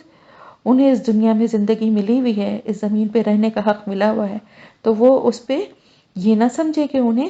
جواب نہیں دینا ہوگا، واپس نہیں لوٹنا ہوگا، بلکہ یہ اللہ کے بنائے ہوئے ایک نظام کے تحت مہلت ملی ہوئی ہے۔ اور اسی لیے بار بار اپنے گناہوں کی توبہ کرتے رہنا چاہیے مسلمانوں کو، اور ہر موقع پہ یہ بات یاد رکھنی چاہیے کہ جو کچھ بھی عطا کردہ ہے، ہمارے پاس جو کچھ بھی ہے، جو صلاحیت ہے، جو نعمت ہے، وہ اللہ کی طرف سے ہے، ہمارا اس میں ذاتی کوئی کمال، کوئی خوبی نہیں ہے۔ تو بہرحال انہوں نے جو جس طرح کا تکبر کیا تھا، تو ان کی چونٹیوں کے برابر بھی ان کی حیثیت نہیں تھی، خس و خاشاک تھے وہ، جیسے سمندر میں بہہ جاتے ہیں تنکوں کی طرح، اس طرح وہ اتنا بڑا لشکر جو ہے وہ سمندر میں بہہ گیا۔ اللہ تعالیٰ فرمانے دیکھو یہ انجام ہوا، کس طرح سے ظالموں کا انجام ہوتا ہے۔ تو جو تکبر کرتے ہیں انہوں نے بھی اپنے اوپر ظلم کیا نا، وہ ظالم تھے، تو ان کا انجام کس طرح سے ہوا کہ پورے کی پورا لشکر، پورا کا پورا لشکر فرعون سمیت سب سمندر میں بہہ ڈوب گئے۔ وجعلناہم، اور بنا دیا ہم نے انہیں ائمۃً، امام، یدعونا، وہ بلاتے ہیں، الی النار، آگ کی طرف، و یوم القیامت، اور قیامت کے دن، لا ینصرون، وہ نہ مدد دیے جائیں گے۔ اللہ تعالیٰ فرما رہے یعنی ایک طرف تو ان کا انجام یہ ہوا کہ انہیں کوڑے کرکٹ کی طرح جو ہے سمندر میں ڈبا دیا گیا، بہا دیا گیا، اور پھر ساتھ ہی ساتھ بعد میں آنے والی نسلوں کے لیے امام، ایک مثال بن گئے کہ جب ظلم کیا جاتا ہے اور انکار حق پر ڈٹ جاتے ہیں اور آخری وقت تک ڈٹے رہتے ہیں، تو باطل پرست لوگ جو ہوتے ہیں وہ ایسے ایسے ہتھیار استعمال کر سکتے ہیں، یہ سب راستے دنیا کو دکھائے کہ اس کے بعد وہ جہنم کی طرف چلے جاتے ہیں، اور اب ان کے پیچھے چلنے والے جو ان کے نقش قدم پر چل رہے ہیں وہ بھی اسی راستے کی طرف چاہ رہے ہیں، آگ کی طرف بلاتے ہیں، یعنی ان کی جو پیروی کرتے ہیں، جو ان کے نقش قدم پہ چلتے ہیں، جو ان کی طرح اللہ کا انکار کرتے ہیں، جو ان کی طرح تکبر کی روش اپناتے ہیں، وہ ان کے رہنما ہیں۔ فرعون اور اس کے لشکر کے جو لوگ تھے، جو اس کے درباری تھے، جو اس کے ساتھی تھے، یہ سب کہتے ہیں نا ہر جو گروپ ہے وہ ایک جیسے گناہوں والے جو لوگ ہوں گے نا، ان کی قیادت جو ہے نا وہ ان کے سب سے زیادہ بڑا جو ہوگا، جیسے اب متکبر یا اس طرح کے لوگ جو ہوں گے، ان کے گروپ کے لیڈرز جو ہوں گے وہ اس طرح کے ہوں گے، فرعون اور حامان اور یہ، اور باقی سب جو ہوں گے قیامت تک جتنے لوگ بھی متکبر اور اس طرح کے گناہ گار ہوں گے، حق کا انکار کرنے والے، سرکش اور فاسق، وہ سب ان کا پیچھا کریں گے، ان کی پیروی کریں گے، وہ آگ کی طرف بلا رہے ہیں، آگ کی طرف بلانے والے بن گئے، اور قیامت کے دن کوئی مدد نہ دیے جائیں گے، یعنی دنیا میں بھی ان کا انجام اتنا برا ہوا اور قیامت کے دن بھی کوئی ان کا مددگار نہ ہوگا، کیونکہ ظاہر ہے جو اس نے اللہ کو ناراض کر دیا تو اللہ کے سوا تو اس دن کوئی مدد کر ہی نہیں سکتا نا، تو ظاہر ہے اللہ کا انکار کرنے والے اللہ سے مدد کی کیسے امید رکھ سکتے ہیں، تو اور اللہ کے علاوہ وہاں اس دن کوئی مدد کر نہیں سکتا۔ وَأَتْبَعْنَاهُمْ، اور پیچھے لگا دی ہم نے ان کے، فی ہذہ الدنیا، اس دنیا میں، لعنتاً لعنت، ویوم القیامت، اور قیامت کے دن، ہم وہ من المقبوحین، بدحال لوگوں میں سے ہوں گے۔ اللہ تعالیٰ فرماتے ہیں کہ اس دنیا میں بھی لعنت ان کے پیچھے لگا دی ہم نے، یعنی رہتی دنیا تک ان پہ لعنت اور پھٹکاری ہے، اور وہ عبرت کا نشان بنے ہوئے ہیں۔ فرعون کی لاش دیکھیں جو ممی کی شکل میں عبرت کا نشان بنی ہوئی ہے۔ تو جب تک دنیا ہے باقی ہے، جب تک اللہ تعالیٰ فرما رہے ہیں ہم نے ان کے پیچھے لعنت لگا دی ہے، لعنت ملامت ہی ان کو ہوتی رہے گی، اور قیامت کے دن بھی وہ بدحال لوگوں میں سے ہوں گے، مقبوحین۔ مقبوحین کا مطلب کئی مطلب ہیں، اس کے مطلب یہ ہے کہ مردود ہوں گے، اللہ کی رحمت سے بالکل محروم کر دیے جائیں گے، اور ایک یہ بھی مطلب ہے کہ ان کا بہت برا حال ہوگا، ان کے چہرے بگاڑ دیے جائیں گے، قیامت کے دن وہ اتنے برے حالوں میں ہوں گے، دنیا میں بھی لعنت اور آخرت میں قیامت میں بھی، یعنی جو ہمیشہ کا عذاب ہوگا، ان کے چہرے بھی بگاڑے جائیں گے، اور ان کو آگ کا عذاب قیامت کے دن بھی ہمیشہ کا ان کو عذاب ملے گا۔ تو مستقل ایک عذاب دنیا کی، یعنی ابھی بھی مرنے کے بعد سے ہی عذاب کا سلسلہ تو ان کا عالم برزخ میں شروع ہو ہی گیا ہوگا نا، اور قرآن میں ہے نا کہ صبح شام آگ پہ پیش کیے جاتے ہیں۔ تو لعنت بھی ہے ان کے لیے اور آخرت کا عذاب بھی ہے۔ دنیا میں جب تک دنیا باقی ہے لوگ ان پہ لعنت ہی کرتے رہیں گے۔ وَلَقَدْ البتہ بلا شبہ آتینا دی ہم نے موسیٰ کو، موسیٰ علیہ السلام کو، الکتابہ کتاب، من بعدی اس کے بعد کے، ما جو اہلکنا ہلاک کر دیا ہم نے، القرون الاولی پہلی بستیوں کو یا پہلی امتوں کو، بصائرہ کھلے دلائل تھے، للناسی لوگوں کے لیے، وہدن اور ہدایت، ورحمتن اور رحمت تھی، لعلہم شاید کہ وہ یتذکرون وہ نصیحت پکڑیں۔ اللہ تعالیٰ فرما رہے ہیں کہ موسیٰ علیہ السلام کو جب کتاب دی گئی تو اس سے پہلے بہت سی جو پہلے گزری ہوئی امتیں تھیں یا بستیاں تھیں ان کو ہلاک کر دیا گیا، اللہ تعالیٰ نے ہلاک کر دیا۔ کیوں؟ اس لیے کہ ان کے پاس پیغمبر آتے تھے اللہ کا پیغام لے کے اور اللہ کی طرف بلاتے تھے، لیکن انہوں نے اللہ کا بھی انکار کیا، رسولوں کا بھی انکار کیا، ان کی تکذیب بھی کی، اور ان کے ساتھ ان کو جھٹلانے کے ساتھ ساتھ ان کے ساتھ برا سلوک بھی کیا، یہاں تک کہ ان کو دی گئی جو مدت تھی، جو مہلت تھی، وہ پوری ہوئی، اور پھر جیسا کہ رسولوں نے ان کو خبردار بھی کیا تھا، اللہ کی طرف سے آنے والے عذاب سے ڈرایا بھی تھا، لیکن انہوں نے اس کے اوپر کوئی کان نہ دھرے، اور بعض قوموں نے تو معجزات کو دیکھنے کے باوجود بھی ان معجزات کا بھی انکار کیا، بلکہ جیسے حضرت صالح علیہ السلام کی قوم کا ہم نے پڑھا ہے کہ اونٹنی جو کہ ایک معجزے کی شکل میں آئی تھی اس کو قتل بھی کر دیا۔ تو پھر وہ ساری قومیں جو تھیں وہ اسی طرح سے اللہ کے عذاب کا نشانہ بنی اور ہلاک ہو گئیں۔ اور اس کے بعد حضرت موسیٰ علیہ السلام، یعنی اب آپ سمجھیں اس سے پہلے جو قومیں تھیں نا، جیسا کہ میں نے آپ کو پہلے بتایا بھی تھا کہ ایک مختصر زمانے کے لیے قومیں ہوتی تھیں اور تعداد میں بھی کم ہوتی تھیں، کمیونیکیشن کے ذرائع بھی نہیں تھے، ایک جگہ سے دوسری جگہ تک میسیجز کو پہنچانا بھی اتنا آسان نہیں تھا، دنیا میں آبادی بھی کم تھی۔ اب حضرت موسیٰ علیہ السلام کا جب زمانہ جب تک آیا تو ظاہر ہے تعداد بھی لوگوں کی بڑھ گئی تھی، اور اب ایک باقاعدہ ایک شریعت اور ایک کتاب کی ضرورت تھی۔ اس سے پہلے صحائف تو بہت سارے پیغمبروں پہ، حضرت ابراہیم علیہ السلام پہ بھی اور کئی رسولوں پہ جو ہے صحائف جو ہیں وہ اللہ کی کتاب کی شکل میں، یعنی کچھ احکامات جو تھے وہ نازل ہوتے رہے، واقعی فرشتوں کے ذریعے جو اللہ کی وحی کے ذریعے احکامات آتے رہے، مگر کیونکہ اس دور میں نہ محفوظ رکھنے کا کوئی طریقہ تھا اور نہ وہ چیزیں محفوظ رہ سکیں۔ حضرت موسیٰ علیہ السلام کے دور میں جو ہے پہلی دفعہ جو ہے وہ ایک باضابطہ ایک کتاب اللہ تعالیٰ فرما رہے ہیں جس میں کھلے دلائل تھے لوگوں کے لیے، ہدایت اور رحمت تھی۔ اب ایک کتاب کا نزول ہوا جس میں کہ باقاعدہ ایک ضابطہ حیات تھا، احکامات تھے، اور ایک شریعت جو تھی نا وہ کمپلیٹ وہ دی گئی، اور یہ سب کچھ اس لیے تھا کہ اب وہ نصیحت حاصل کریں، اب یعنی وہ عذاب والی چیز دوبارہ نہ ہو۔ فرعون کی قوم کی تباہی کے بعد جب یہ نکلے ہیں وہاں سے تو اب یہ بنی اسرائیل کو کہ قوم کے لیے تھا کہ اب دوبارہ سے ان کو کسی ایسے اس کا سامنا نہ کرنا پڑے، اور ایک کتاب اور پیغمبر کی تربیت جو ہے وہ ان کو حاصل ہو، اور ایک قوم کی شکل میں اب ان کے اوپر امامت جو ہے منصب بھی دیا گیا تھا کہ وہ یہ پیغام جو ہے وہ اب آگے لوگوں تک بھی پہنچائیں، یہ ذمہ داری ان کو دی گئی تھی۔ تو یہاں سے جو ہے بنی اسرائیل کا جو اصل کیریکٹر تھا، جو اصل رول تھا ہسٹری میں، وہ سامنے آتا ہے. اور کتاب کا اصل مقصد، یعنی اب وہ کتاب جو تھی، کیونکہ وہ تختیوں کی شکل میں، جیسے کہ میں نے آپ کو بتایا تھا نا کہ وہ ریٹن جو تھی وہ اللہ تعالیٰ کی طرف سے لکھی ہوئی تختیوں کی شکل میں تھی، اور وہ ظاہر ہے وہ اتنی آسانی سے وہ مٹانا یا اس کو خراب کرنا بھی آسان نہیں تھا، تو وہ محفوظ بھی تھی. تو مزید آگے اب ہم پڑھتے ہیں تو پتہ چلے گا. وما اور نہ کنتا تھے آپ بجانب الغربی مغربی جانب، کس کے؟ طور کے. اس جب قدینا فیصلہ کیا ہم نے، الا موسیٰ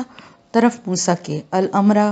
اس معاملے کا، وما کنتا اور نہ تھے آپ، من الشاہدین گواہوں میں سے، موجود لوگوں میں سے. اب جیسے کہ اللہ تعالیٰ فرما رہے ہیں کہ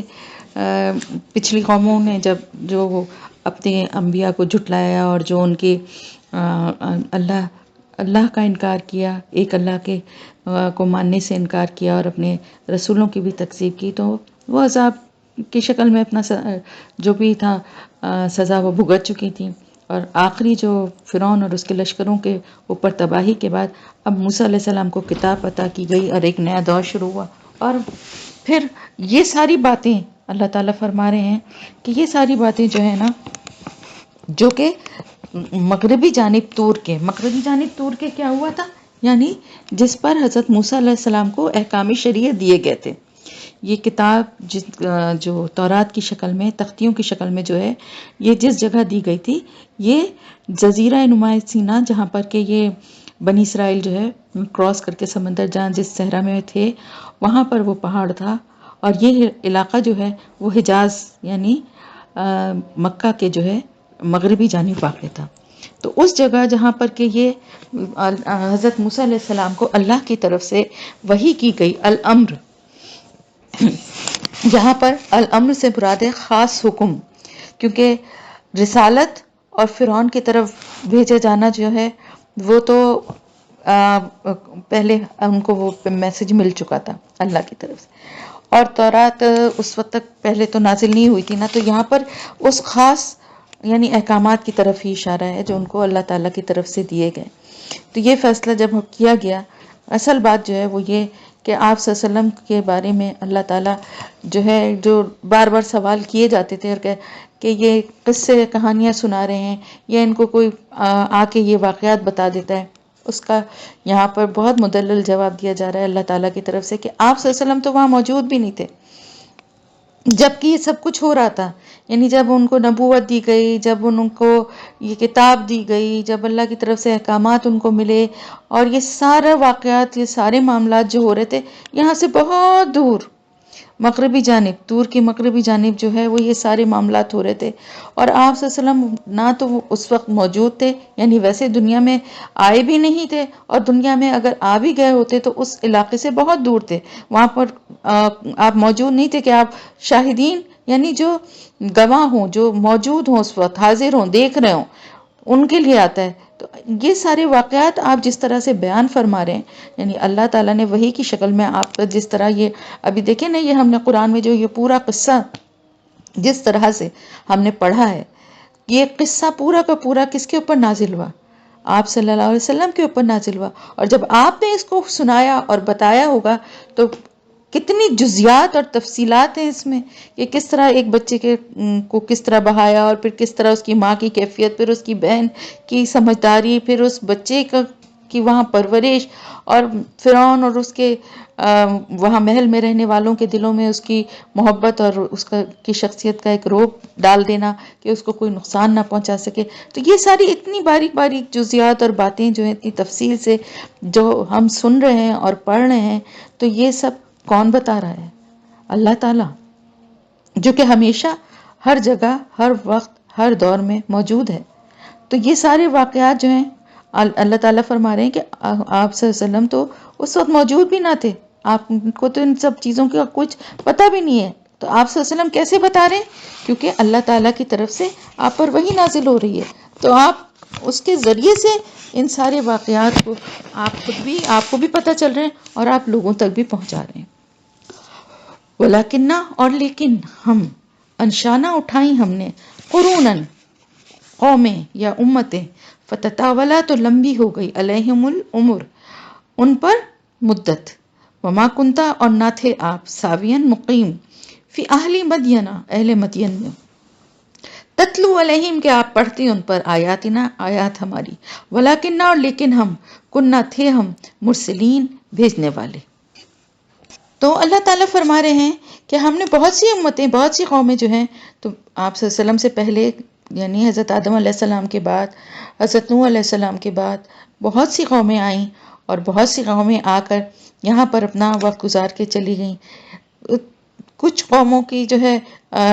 کچھ زیادہ فالوورز کچھ پیغمبروں کے تھے، لیکن وہ بھی اتنی کوئی بہت بڑی تعداد نہیں ہوتی تھی، اور بعض کے تو بالکل ہی نہ ہونے کے برابر تھے۔ اس طرح کی بہت سی امتیں آئیں، لیکن ایسی بڑی یعنی امت جو ہے وہ حضرت موسیٰ علیہ السلام کی ہی تھی،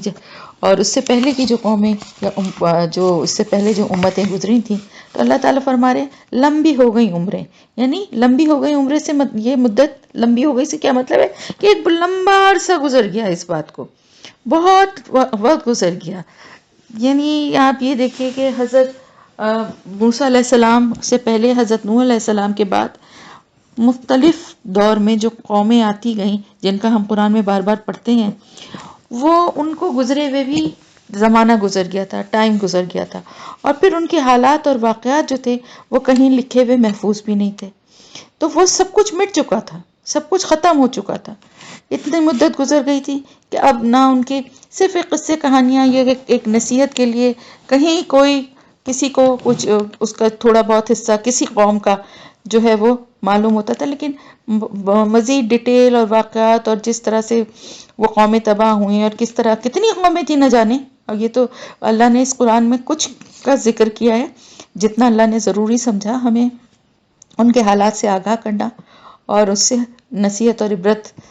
جو ہے لوگوں کو دینے کے لیے جتنا واقعات کو بیان کرنا تھا، ورنہ اور بھی نہ جانے کتنی قومیں، جو میں پہلے بھی آپ سے ڈسکس کر چکی ہوں کہ بہت ساری جگہوں پر اور بھی ایسے آثار ملتے ہیں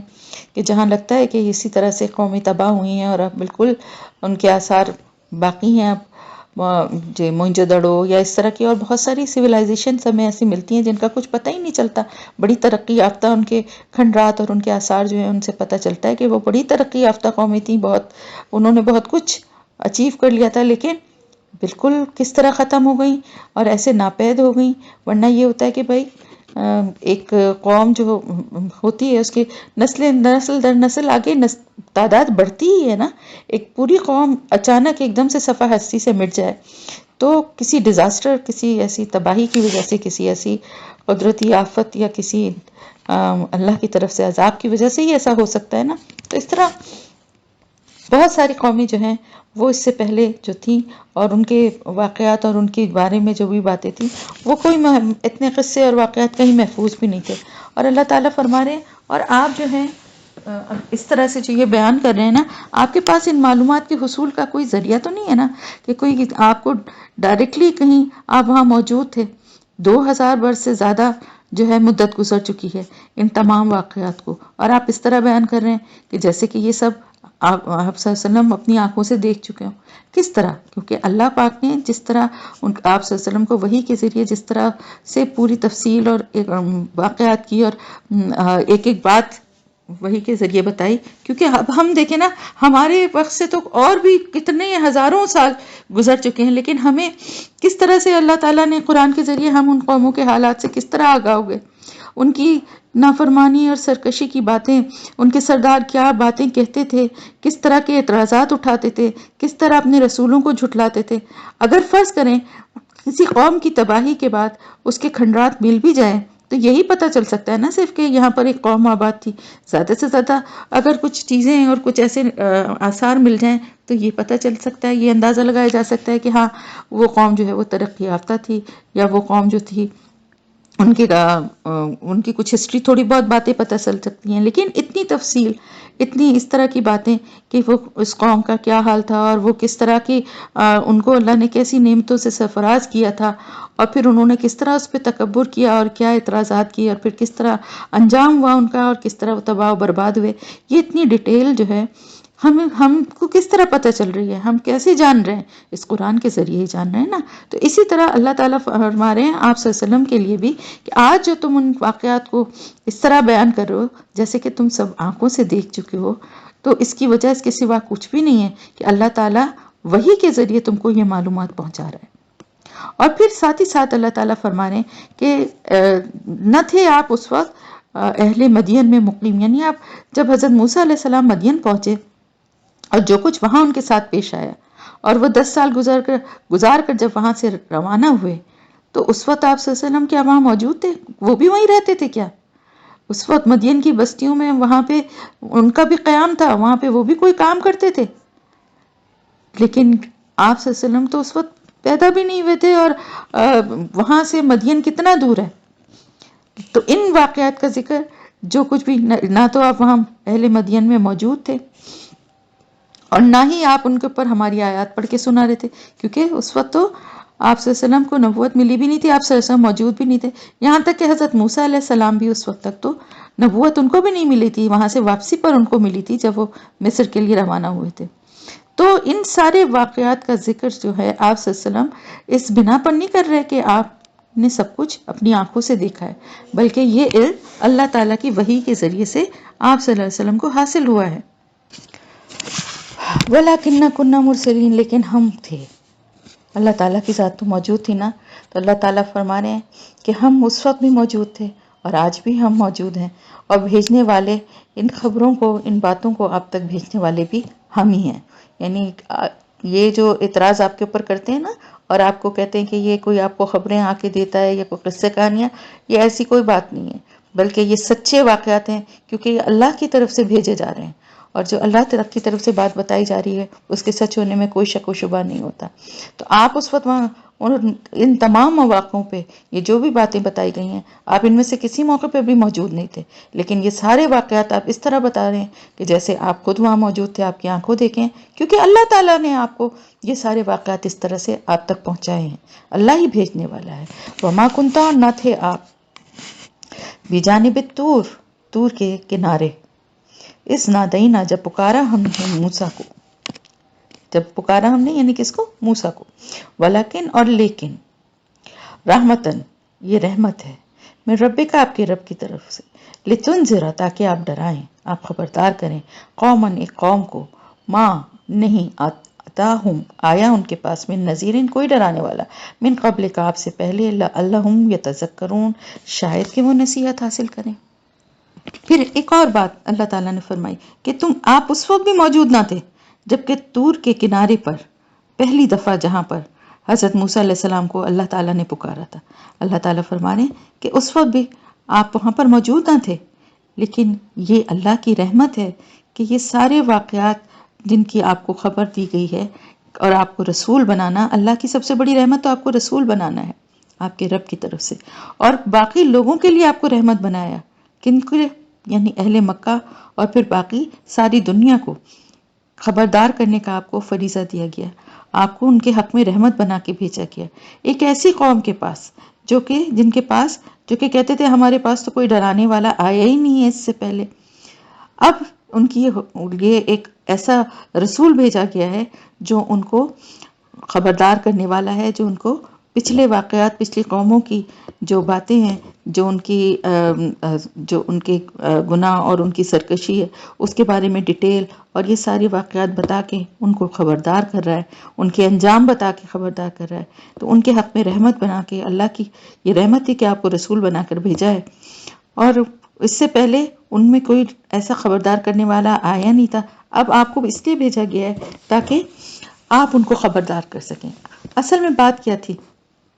کہ یہ تینوں باتیں جو کہی گئی ہیں نا، یہ آپ صلی اللہ علیہ وسلم کی نبوت کے ثبوت کے طور پر کہی گئی ہیں، کیونکہ اس وقت کیا تھا کہ مکے کے جتنے بھی سردار تھے اور باقی جو بھی کافر، جو جتنے بھی کفار تھے، وہ سب ان لوگوں نے یہ ایک اس چیز پہ ڈٹے ہوئے تھے، اس چیز پہ تلے ہوئے تھے کہ کسی طرح آپ صلی اللہ علیہ وسلم کو یہ ثابت کر دیں کہ آپ صلی اللہ علیہ وسلم نبی نہیں ہیں یا نعوذ باللہ جھوٹے ہیں۔ اب کیا تھا، ان کی مدد کے لیے یہود کے علماء اور عیسائیوں کے راہب، وہ بھی حجاز کی بستیوں میں موجود تھے، مدینے میں یہودی بھی تھے اور اس کے مدینے کی سرحدوں کے پاس اور جو وہاں تھے وہاں پہ عیسائی بھی آباد تھے، اور وہ سب جو تھے وہ ان کا ساتھ دیتے تھے، یہ ان سے جا کر پوچھتے تھے۔ تو آپ صلی اللہ علیہ وسلم جو ہے وہیں ان لوگوں کے درمیان موجود تھے نا، مکے میں ہی رہتے تھے اور وہیں دن رات اپنے گزار رہے تھے، کہیں چھپ کے کہیں چلے نہیں جاتے تھے، یا کہیں کچھ عرصہ ایسا نہیں ہوا تھا کہ آپ کہیں مکے کو چھوڑ کر کہیں چلے گئے ہوں اور واپس آ کے آپ یہ خبریں سنا رہے ہوں۔ آپ کی زندگی کا کوئی گوشہ، آپ کی زندگی کا کوئی لمحہ جو ہے وہاں آپ کی بستی، آپ کے قبیلے کے لوگوں سے چھپا ہوا تو نہیں تھا نا، سب کچھ سب کی نظروں کے سامنے تھا۔ تو یہی وجہ ہے کہ یہ چیلنج کے انداز میں یہ باتیں آپ صلی اللہ علیہ وسلم کی نبوت کے ثبوت کے طور پر یہ تینوں باتیں اللہ تعالیٰ کی طرف سے ارشاد فرمائی گئی ہیں۔ تو مکے اور حجاز یعنی پورے عرب میں، حجاز سے مطلب ہوتا ہے مکہ، مدینہ اور اس کے آس پاس کے جو عرب علاقے ہیں وہ سب شامل ہوتے ہیں اس میں۔ تو پورے عرب میں کوئی ایک شخص بھی اٹھ کر اس بات کو جھٹلا نہیں سکا، حالانکہ جھوٹ گڑنے میں وہ لوگ کچھ کم نہیں تھے، لیکن اس طرح کا جھوٹ وہ بھی نہیں بول سکے کیونکہ وہ چل نہیں سکتا تھا۔ وہ کیسے کہہ سکتے تھے ایک جھوٹ بات کہ اے محمد تم فلاں یہودی عالم یا عیسائی راہب سے یہ معلومات حاصل کر کے لائے، کیونکہ پورے ملک میں وہ کسی کا نام نہیں لے سکتے تھے کہ وہ اس کے سے آپ صلی اللہ علیہ وسلم جو ہیں جا کے وہ کچھ سیکھ کر یا کوئی یہ معلومات لے کر آئیں۔ جس کا بھی اگر وہ نام لیتے تو فوراً ہی جھوٹ ثابت ہو جاتا، کیونکہ آپ صلی اللہ علیہ وسلم تو اس کے پاس کبھی گئے ہی نہیں اور نہ کسی سے آپ نے کوئی معلومات حاصل کی۔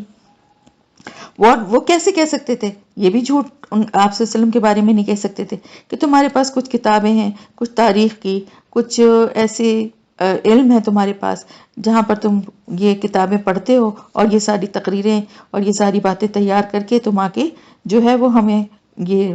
جو ہے ہمیں اللہ کا کلام کہہ کے سناتے ہو۔ کیونکہ ایک تو آپ صلی اللہ علیہ وسلم امی تھے، لکھنا پڑھنا نہیں جانتے تھے، دوسرے آپ صلی اللہ علیہ وسلم کے گھر میں آپ کے آنے جانے جہاں پہ بھی آپ جاتے تھے یا جو بھی آپ کا ٹھکانہ یا جو بھی تھا وہاں پر کہیں سے کاغذ کا پرزہ بھی نہیں ملا تھا کبھی جس پر کوئی معلومات لکھی ہو۔ پھر کوئی یہ بھی نہیں کہہ سکتا تھا کہ کوئی ایسے آپ کے پاس لوگ ہیں جو عبرانی یا یونانی کتابوں کے ترجمے کر کے آپ کو بتا دیتے ہیں اور آپ جو ہے وہ لوگوں تک پہنچاتے ہیں، کیونکہ کتنی بھی ڈھٹائی اور کتنا بھی وہ جھوٹ بولنا چاہتے اس طرح کے جھوٹ وہ بولنے کی جرت ہی نہیں رکھتے تھے، کیونکہ شام اور فلسطین کے تجارتی سفروں میں آپ گئے تھے، تجارتی سفر کرنے بھی آپ گئے تھے، تو وہاں یہ سفر تنہا تو ہوتا ہی نہیں تھا۔ تجارتی قافلے میں ہر سفر میں آپ کے ساتھ بہت سارے لوگ ہوتے تھے، اور اگر آپ اس وقت یہ معلومات کہیں سے حاصل کرتے یا کہیں سے کوئی کتاب یا کوئی چیز اس وقت آپ لیتے تو بہت سے اس کے گواہ بھی ہوتے، ان میں سے کوئی نہ کوئی تو آ کے بتاتا کہ آپ وہاں پر جا کر کسی سے درس لے رہے تھے یا کسی سے کچھ سیکھ رہے تھے یا کسی سے کوئی کتاب کوئی آپ کو پڑھ کے بتا رہا تھا۔ تو ایسی اتنی یعنی یہ بات جو تھی نا، یہ اس چیلنج کا جواب ان کے پاس ان میں سے کسی کے پاس بھی نہیں تھا۔ اور آپ صلی اللہ علیہ وسلم ایک امی ہونے کے باوجود جس طرح سے جو تفصیلات واقعات کی اور جو احکامات اللہ تعالیٰ کے آپ بیان کرتے تھے، تو وہ اس سے خود بخود یہ یقین ان کے دلوں میں ہوتا جاتا تھا کہ واقعی میں آپ اللہ کے نبی ہیں اور آپ پر وحی آتی ہے۔ لیکن ان کی جو ڈھٹائی اور ان کی جو وہی والی بات ہے نا کہ جو جانتے بوجھتے بھی جو ایمان نہ لانا چاہتے تھے، تو وہ پھر اس طرح کی باتیں کر کے ایک تو اپنی کھسیاہٹ بھی مٹاتے تھے، دوسرے لوگوں کو جو ہے وہ بدگمان کرنے کے لیے اس قسم کی باتیں کیا کرتے تھے آپ کی طرف سے منسوب کر کے، لیکن ان کے پاس نہ تو ان کا کوئی ثبوت ہوتا تھا اور نہ وہ اس بات کو چیلنج کے انداز میں کہہ سکتے تھے۔ تو ذرا سے بھی کہیں آپ صلی اللہ علیہ وسلم کے کردار میں یا آپ کی کسی بات میں وہ کوئی جھول یا کوئی کمزوری، نعوذ باللہ استغفر اللہ، کوئی کمی کہیں سے بھی کوئی ایسا جھول ان کو مل جاتا تو پھر اور مزید اس سے جال بننا آسان ہو جاتا۔ ایک پہلا پھندا اگر مل جائے تو پھر وہ اس سے جھوٹ کا جال بنتے چلے جاتے اور بہت کچھ گڑھ کے آپ کے خلاف کھڑا کر دیتے۔ لیکن اللہ تعالیٰ کی مدد اور آپ صلی اللہ علیہ وسلم کا کردار جو تھا ایسا بے داغ تھا، کہیں پر کوئی ایسی بات یا کوئی ایسی چیز آپ کے خلاف ان کو ملتی ہی نہیں تھی۔ اور قرآن خود ان کو چیلنج کر رہا ہے کہ یہ ساری باتیں جو بتا رہے ہیں آپ سے وہاں موجود تو نہیں تھے نا کبھی بھی، تو کس طرح سے بتا رہے ہیں، اور پھر ایک ایسی قوم کے پاس جو کہ کہتے تھے کہ ہمارے پاس تو کوئی پیغمبر آیا ہی نہیں ہے، کوئی خبردار کرنے والا ہمارے پاس آیا ہی نہیں ہے۔ اور اب میں آپ کو معلوم ہے نا کہ حضرت ابراہیم علیہ السلام کے بیٹے حضرت اسماعیل علیہ السلام اور حضرت شعیب علیہ السلام کے بعد کوئی نبی نہیں آیا۔ تقریباً 2000 سال کی اس طویل مدت میں باہر کے جو انبیاء تھے ان کی دعوت تو ضرور وہاں کسی نہ کسی طرح کچھ نہ کچھ شاید پہنچی ہوں، مثلاً حضرت موسیٰ، حضرت سلیمان، حضرت عیسیٰ علیہ السلام کی دعوتیں، لیکن کسی نبی کی بعثت اس سرزمین میں نہیں ہوئی، عرب میں۔ یہ تمام پیغمبر، یعنی پیغمبروں کی ایک طویل چین ہے، ایک طویل سلسلہ ہے جو حضرت موسیٰ علیہ السلام بلکہ حضرت اسحاق علیہ السلام سے جو چلا تو وہ چلتا چلا گیا، اور یہ سارے کے سارے فلسطین اور شام اور یہ جو یعنی بنی اسرائیل میں ہی تمام پیغمبر آتے گئے، اور یہاں پر ان کے پاس یہ یعنی کوئی اس کے بعد حضرت اسماعیل علیہ السلام کے بعد کوئی آیا ہی نہیں خبردار کرنے والا۔ تو وہ اس چیز کے اللہ تعالیٰ تو کسی کو کے لیے ایسے کوئی یعنی حجت نہیں چھوڑتے نا کہ وہ یہ کہہ سکے کہ ہمارے پاس تو کبھی کوئی پیغمبر آیا ہی نہیں تھا، کسی نے ہمیں خبردار کیا ہی نہیں تھا، ہمیں کیا پتا تھا۔ اگر ہمارے پاس بھی کوئی کتاب آتی، ہمارے پاس بھی کوئی پیغمبر آتا تو ہم بھی پھر اس پر عمل کرنے والے بنتے۔ اب تورات اور انجیل جو ہے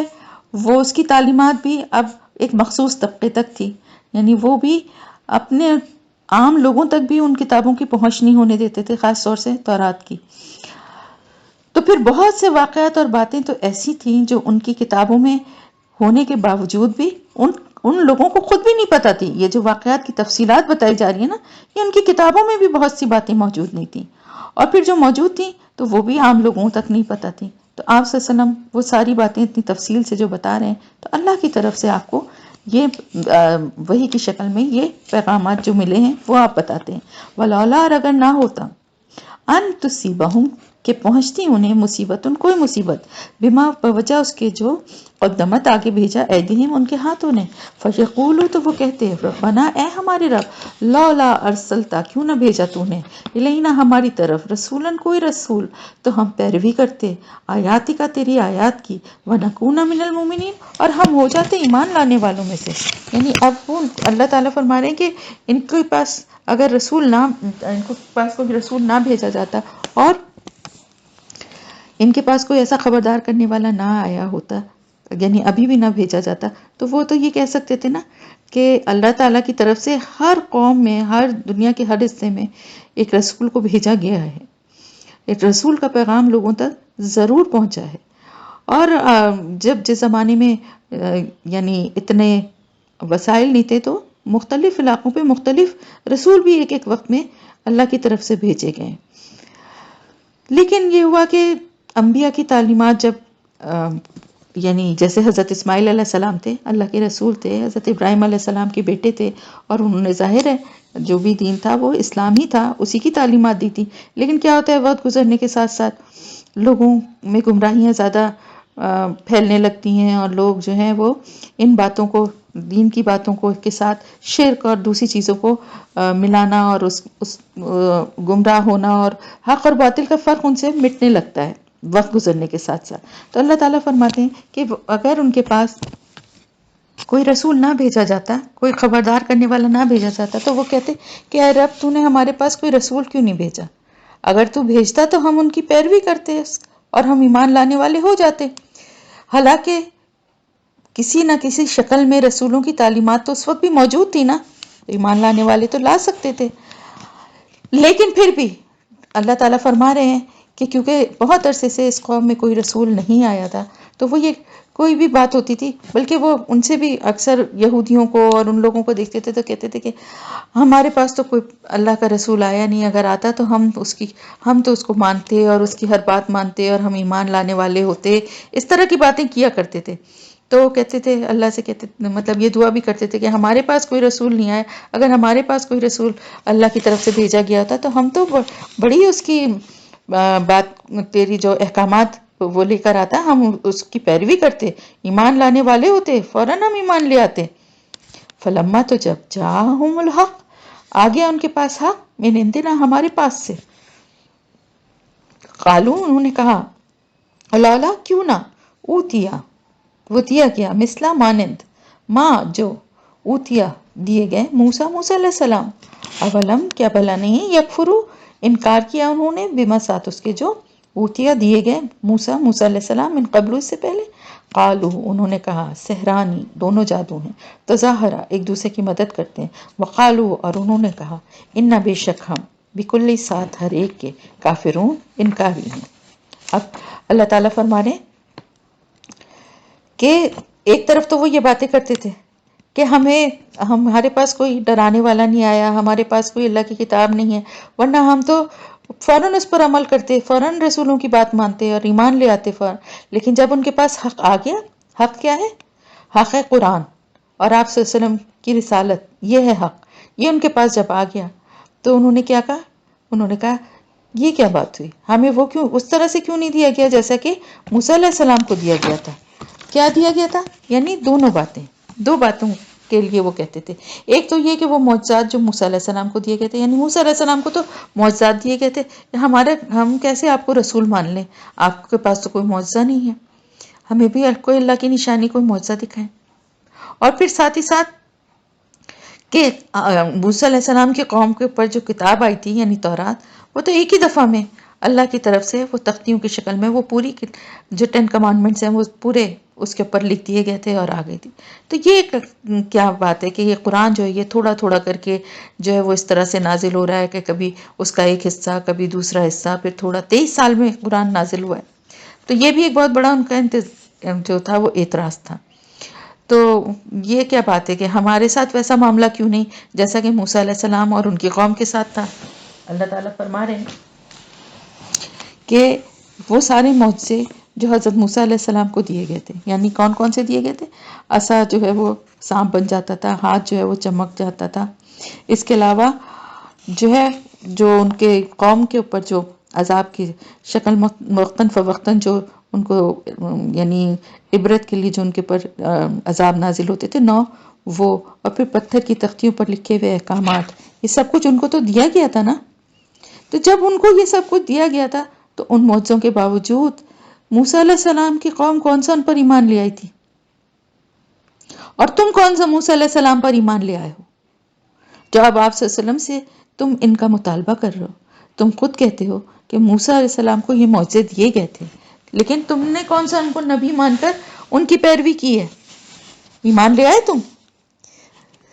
تمہارے تو صرف اعتراضات ہیں نا، تم کہتے ہو کہ بھئی ہمارے پاس کوئی پیغمبر نہیں آیا، ہمارے پاس کوئی کتاب نہیں آئی، ورنہ ہم تو ایمان لانے والے ہوتے، ہم تو اللہ کے احکامات کی پیروی کرنے والے ہوتے۔ اب جب تمہارے پاس آ گیا، اللہ کے احکامات بھی آ گیا، اللہ کی طرف سے بھیجا گیا رسول بھی آ گیا، تو اب تمہیں نیا ایک اعتراض ہے کہ ہمیں وہ سب اس طرح سے کیوں نہیں دیا گیا جیسا کہ موسیٰ علیہ السلام اور ان کی قوم کو دیا گیا، یعنی وہ معجزات جو موسیٰ علیہ السلام کو دیے گئے، اور قرآن تورات کی طرح سے قرآن جو ہے وہ ایک ہی دفعہ میں کیوں نہیں نازل ہوا؟ تو یہ تو صرف بہانے ہیں نا، یہ تو ایمان نہ لانے کے بہانے ہیں۔ کیا انکار نہیں کیا تھا؟ تم سے پہلے جو تھے موسیٰ علیہ السلام کی قوم کے جو لوگ تھے انہوں نے بھی تو انکار کر دیا تھا نا، ان معجزوں کو دیکھنے کے باوجود بھی۔ جن کو ایمان نہیں لانا تھا، جن کو ایمان لانا تھا وہ تو رسول کی بات سن کے، اللہ کا کلام سن کے وہ ایمان لے آتے ہیں، ان کے دل مان جاتے ہیں۔ لیکن جن کو ایمان نہیں لانا تھا انہوں نے تو ان معجزات کو دیکھ کے، اب آپ دیکھیں ان معجزات کو دیکھ کے جادوگر اس معجزے کو دیکھ کے فوراً ایمان لے آئے تھے، لیکن فرعون اور اس کے درباری اور سب وہ بھی تو سب دیکھ رہے تھے نا وہ معجزات، لیکن انہوں نے انکار کیا اور کہا کہ یہ تو جادو ہے۔ تو آج تم بھی یہی کر رہے ہو، تم کون سا موسیٰ علیہ السلام پر ایمان لے آئے ہو اور اب ان پر بھی ایمان نہیں لائے، اور اب حضور صلی اللہ علیہ وسلم کا بھی انکار کر رہے ہو اور کہتے ہو کہ یہ دونوں تو جادوگر ہیں، یعنی یہ دونوں جادو ہیں۔ کیا ہیں دونوں جادو؟ یعنی قرآن بھی اور تورات بھی دونوں جادو ہیں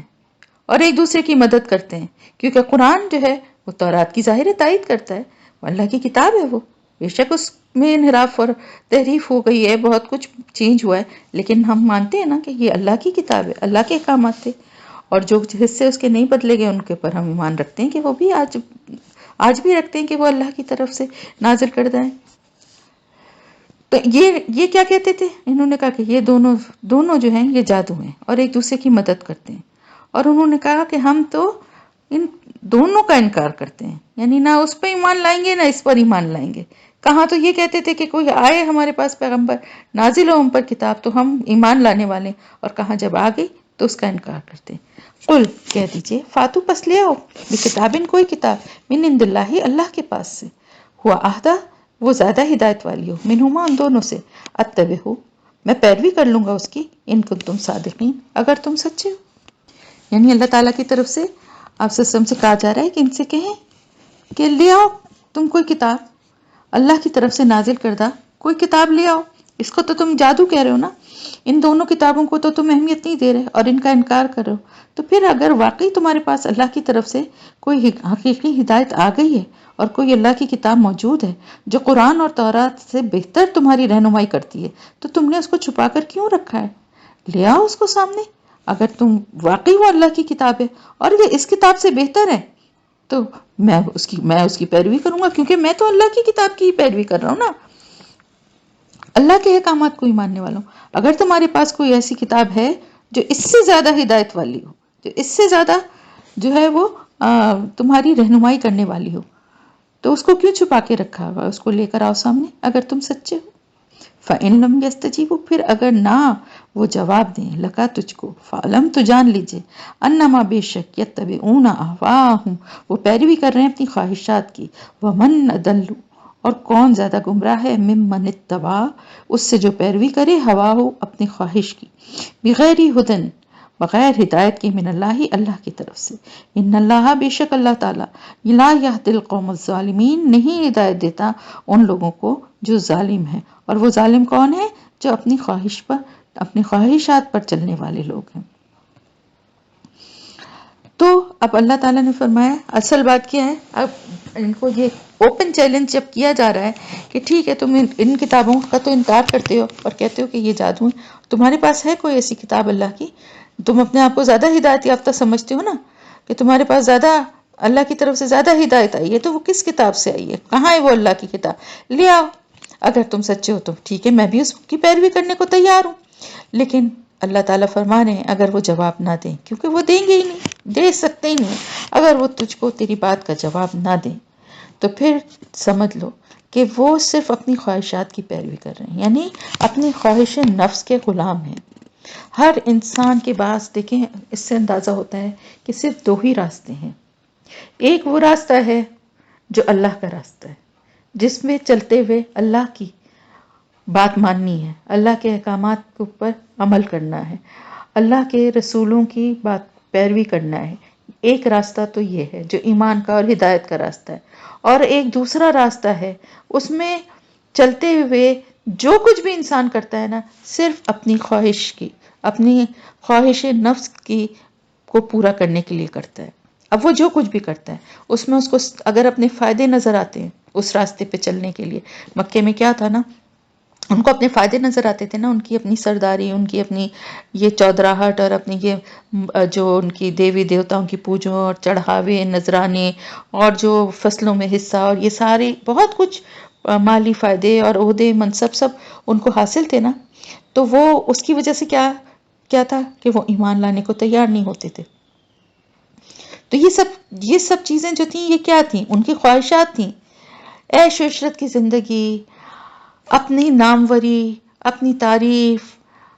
یہ سب تکبر، اور یہ ساری چیزیں کیا ہیں؟ یہ خواہش نفس ہیں۔ انسان کو جو چیز اور جو کام پسند ہوتا ہے نا، اس کو اپنی مرضی کے مطابق کرنا کیا ہے؟ اپنی خواہش نفس کے راستے پہ چلنا، کیونکہ اللہ کے راستے پہ، اللہ کے بتائے ہوئے راستے پہ اگر آپ چلیں گے نا تو بہت ساری جگہوں پہ آپ کو اپنے دل کو ماننا پڑے گا، بہت ساری جگہوں پہ اپنے نفس پہ آپ کو سختی کرنی پڑے گی۔ آپ کا صبح اٹھنے کا وقت پہ دل نہ چاہے نماز کے لیے، لیکن آپ کو اپنی نماز کے لیے آپ کو اٹھنا ہے۔ آپ کا اگر آپ نہیں اٹھتے اور آپ اپنے خواہش نفس کے غلام میں آپ پڑے سوتے رہتے ہیں تو پھر یہ اللہ کا راستہ تو نہیں ہوا نا۔ اسی طرح اور بہت سارے کام اور بہت ساری چیزیں ہیں، ضروری نہیں ہے کہ ہر چیز میں آپ کو سختی یا مشکل ہی پیش آئے گی۔ ایک نارمل ایک انسان کی جو زندگی ہے وہ اللہ کے حکام کے مطابق گزارنا کوئی اتنا مشکل کام نہیں ہے، لیکن بعض جگہ ایسا ہوتا ہے کہ آپ کو جب راستہ چوز کرنے کا ٹائم آتا ہے، حلال اور حرام کا وقت آتا ہے، رشوت اور نہ رشوت لینا، سود اور نہ سود لینا، ناچ گانا دیکھنا اور نہ دیکھنا، جب یہ والی چوائسز سامنے آتی ہیں تو پھر جو راستہ آپ اختیار کرتے ہیں وہ ڈیسائیڈ کر دیتا ہے کہ آپ کس کے بتائے ہوئے راستے پہ چلنے والے، اللہ کے راستے پہ چلنے والے ہیں یا اپنے دل کو اپنی خوش کرنا، اپنی مرضی کی زندگی گزارنے والے ہیں۔ 4 دن کی زندگی ہے، عیش کر لو، پھر کب ملے گی زندگی، دے دیں گے اللہ کو حساب، اللہ تو بڑا غفور رحیم ہے، معاف کر دے گا۔ یہ کیا ہے؟ یہ سب شیطان کے دھوکے، شیطان کے پھندے ہیں جس میں وہ الجھاتا چلا جاتا ہے انسان کو۔ دنیا جو ہے صرف عیش و عشرت کرنے کے لیے نہیں بنائی گئی، نہ یہاں بھیجا گیا انسان کو کہ وہ صرف اپنے کھانے پینے میں مگن رہے،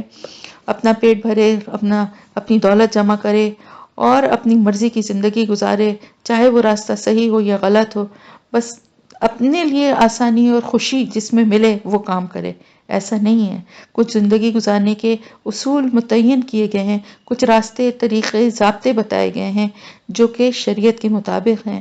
اس پہ چلنے میں دنیا میں بھی عافیت ہے اور آخرت میں بھی انسان کے لیے اجر و ثواب ہے۔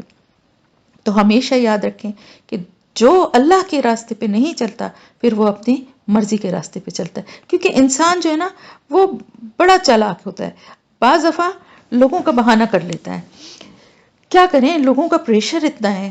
ہم تو کرنے پہ مجبور ہیں، ہم فلانی نیاز دینے پہ مجبور ہیں، ہم فلانا 40واں کرنے پہ کیا کریں، لوگ کہیں گے لو ایک اپنے باپ کا یہ بھی نہیں کر سکی، ایک وقت کا کھانا بھی نہیں کھلا سکی لوگوں کو، تو ہم تو کرنے پہ مجبور۔ اصل میں ٹھیک ہے، ہاں نہیں کھلا سکے، کیا ہوگا اس سے؟ کیا ہوگا کہ لوگ آپ کو کہیں گے کہ ہاں بھائی کنجوس ہیں، انہوں نے پیسہ نہیں خرچ کیا۔ آپ کو کیا فرق پڑ رہا ہے؟ آپ کو لوگوں کا یہ کہنا آپ کو اس لیے برا لگتا ہے کہ دنیا میں لوگوں پہ آپ کا امپریشن، آپ کا امیج خراب نہ ہو جائے؟ تو یہ کس لیے؟ کیونکہ آپ اپنی خوشی کے لیے یہ چاہتے ہیں کہ لوگ آپ کو اچھا سمجھیں، آپ کی واہ واہ کریں، لوگ آپ ایسے راستے پہ چلنا چاہتے ہیں کہ جس میں کوئی بھی آپ کو برا نہ کہے، ہر ایک آپ کی تعریف کرے، ہر ایک آپ کو اچھا کہے۔ تو اللہ کے راستے پہ چلنے والے کی ہر بات میں تعریف نہیں ہو سکتی،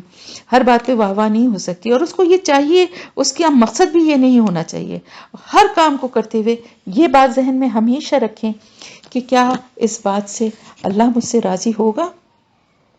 یا اللہ مجھ سے ناراض ہوگا۔ لوگوں کی پرواہ، لوگوں کی فکر، لوگ کیا کہیں گے یا لوگ کیا کریں گے، یہ ہم اسی وقت کرتے ہیں جب ہمارا خود بھی دل چاہ رہا ہوتا ہے، جب ہم خود بھی یہی چاہ رہے ہوتے ہیں۔ ہم لوگوں کا بہانہ بنا دیتے ہیں، کبھی کہیں پہ ماں باپ کا بنا دیتے ہیں، کہیں خاندان والوں کا، کہیں محلے یا دوستوں کا پریشر کا، کوئی جو بھی ہمارا دل چاہتا ہے ہم اس کے حساب سے گڑ لیتے ہیں، اور پھر ہم کہتے ہیں کہ جی ہم تو اس لیے مجبور ہو گئے تھے۔ لیکن اگر ہمارا اپنا مفاد جو ہے وہ کسی ایسی چیز میں ہوگا جس میں سب لوگوں کی مخالفت ہوگی تو ہم وہ کام بہت کریں گے، شوق سے فوراً کریں گے، چاہے اس میں ساری دنیا ہم سے ناراض ہو جائے، لیکن اس وقت ہم کسی کی نہیں سنیں گے۔ تو اس کا کیا مطلب ہوا کہ انسان جو ہے وہ اپنی مرضی اور اپنی خوشی کے لیے سارے کام کرتا ہے، ایک مومن نہیں کرتا۔ ایک مومن کا کام جو ہے نا اللہ کی رضا کے لیے ہونا چاہیے، اس کے سامنے جو ہے نا مقصد ہونا چاہیے کہ اللہ کی رضا حاصل کرنی ہے، اللہ کس چیز سے خوش ہوتا ہے۔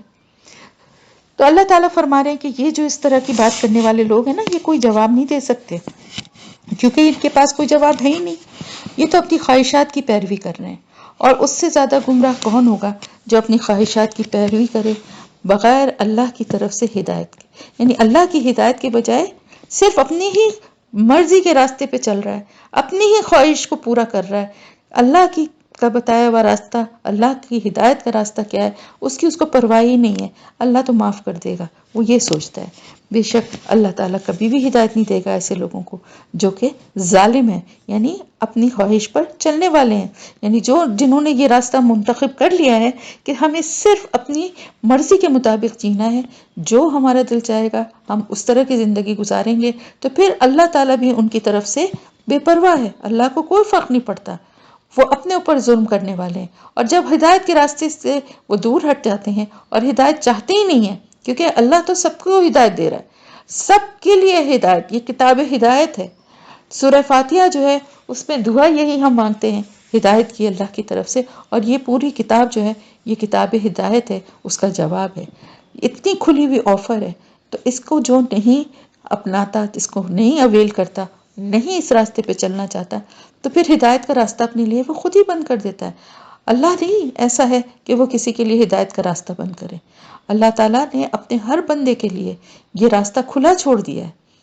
اس دعا کے ذریعے جو بندہ مانگتا ہے یہ راستہ کھلا چھوڑ دیا ہے. لیکن بندہ اگر خود اس کا انکار کرے اور اپنی مرضی کے راستے پہ چلنا چاہے تو پھر اس کو کون ہدایت دے سکتا ہے؟ زبردستی تو پکڑ کے اللہ ہدایت کے راستے کی طرف کسی کو نہیں لاتا نا. اس راستے کی طرف جانا تو خود پڑتا ہے. پھر اس کے بعد اللہ سے مدد کی دعا کرنی ہے کہ اللہ تعالیٰ اس راستے پہ چلنا ہم سب کے لیے آسان بنائے. آمین. ولاقت اور البتہ بلا شبہ وصلنا پے در پہ بھیجی ہم نے یقین ہم نے لہم ان کے لیے القولا بات لعلہم یتذکرون تاکہ وہ نصیحت حاصل کریں. یعنی وصلنا، وصل کہتے ہیں ملنے کو، ملانا، تو ملائی ہم نے، یعنی ہم نے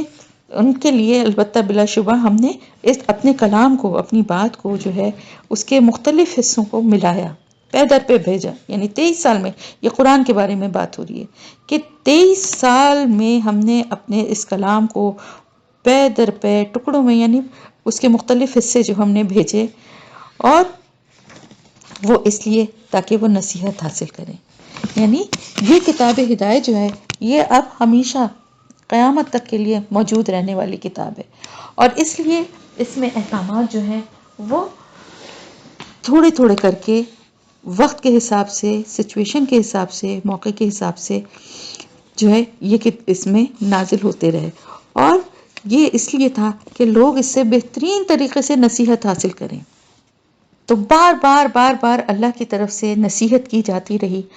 اس کتاب میں. بار بار احکامات، بار بار اللہ کی آیات ہیں جن میں لوگوں کو ڈرایا گیا، جن میں واقعات بتائے گئے، سبق تھا، عبرت تھی، نصیحت تھی. کیوں اس کو مختلف حصوں میں اس کا نزول ہوا، موقع کے حساب سے احکامات بعد میں آئے. پہلے ایسے واقعات کے ذریعے پچھلی قوموں کے ذریعے نصیحت کی گئی. اللہ کی حکمت تھی کہ یہ کتاب جو ہے وقت کے اور ضرورت کے حساب سے اس کو آہستہ آہستہ اس کا نزول ہوتا رہا. تو اللہ تعالیٰ فرمانے ہیں کہ اس کو ہم نے پھر ملا دیا، ملتی رہے، یہ حصے سارے ملتے رہے اور ایک کتاب بن گئے. اور یہ وقت کے ساتھ ساتھ اس لیے تھا تاکہ وہ نصیحت حاصل کریں. تو بار بار دیکھیں، اچھی بات اور دین کا جو پیغام ہے نا اس کو بھی لوگوں تک بار بار پہنچاتے رہنا چاہیے. اپنی کوشش ایک دفعہ سمجھا کے بتا کے جو ہے وہ تھک کے بیٹھ نہیں جانا چاہیے، بلکہ مستقل کوشش میں لگے رہنا چاہیے. کیونکہ دیکھیں شیطانی قوتیں جو ہیں، شیطانی طاقتیں جو ہیں وہ بھی تو تھک کے نہیں بیٹھ رہی نا، مستقل کوشش کی جا رہی ہیں گمراہی کے راستے کی طرف لوگوں کو لے جانے کے لیے، مختلف طرح سے لوگوں کے دلوں میں شر اور وسوسے ڈالنے کے لیے. تو پھر نیکی کا کام، اللہ کا کلام، اللہ کا پیغام سنانے والے، بتانے والے لوگوں کو بھی ہمت ہار کے نہیں بیٹھنا چاہیے، مستقل اپنی کوشش میں لگے رہنا چاہیے. الذین، وہ لوگ جو آتیناہم، دی ہم نے انہیں، الکتابہ، کتاب، من قبل ہی، اس سے پہلے، ہم بھی، وہ ساتھ اس کے، یؤمنون، وہ ایمان لاتے ہیں. وہ لوگ جن کو ہم نے کتاب دی اس سے پہلے، کون سی؟ تورات اور انجیل. یہودیوں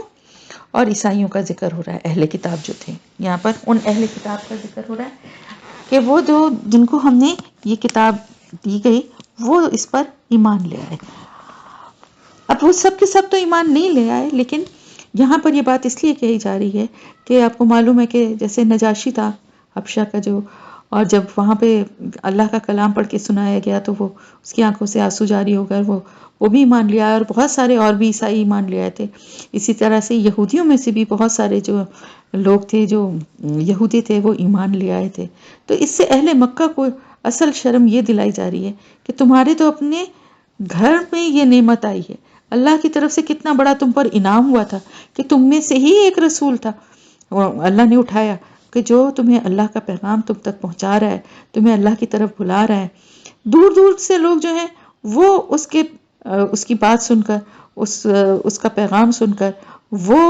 اس کی قدر کو پہچان رہے ہیں، اس سے فائدہ اٹھا رہے ہیں، ایمان لا رہے ہیں. لیکن تم یہاں موجود ہوتے ہوئے ان کی قدر نہیں کر رہے، بلکہ ان کی تو دشمن بن گئے، ہر طرح سے ان کے اوپر اعتراض کرتے ہو اور دوسروں کو بھی اس سے بدل کرنے کی کوشش کرتے ہو. تو اہل کتاب جو تھے ان میں سے جو واقعی صحیح جو اپنی کتاب کے اوپر عمل کرنے والے تھے اور وہ نشانیوں سے آپ صلی اللہ علیہ وسلم کو پہچان گئے تھے، تو وہ آپ پہ ایمان بھی لے آئے تھے. تو یہاں پر الحمدللہ آیت نمبر 52 تک آپ کی تفسیر مکمل ہو گئی اور نصف بھی ہو گیا.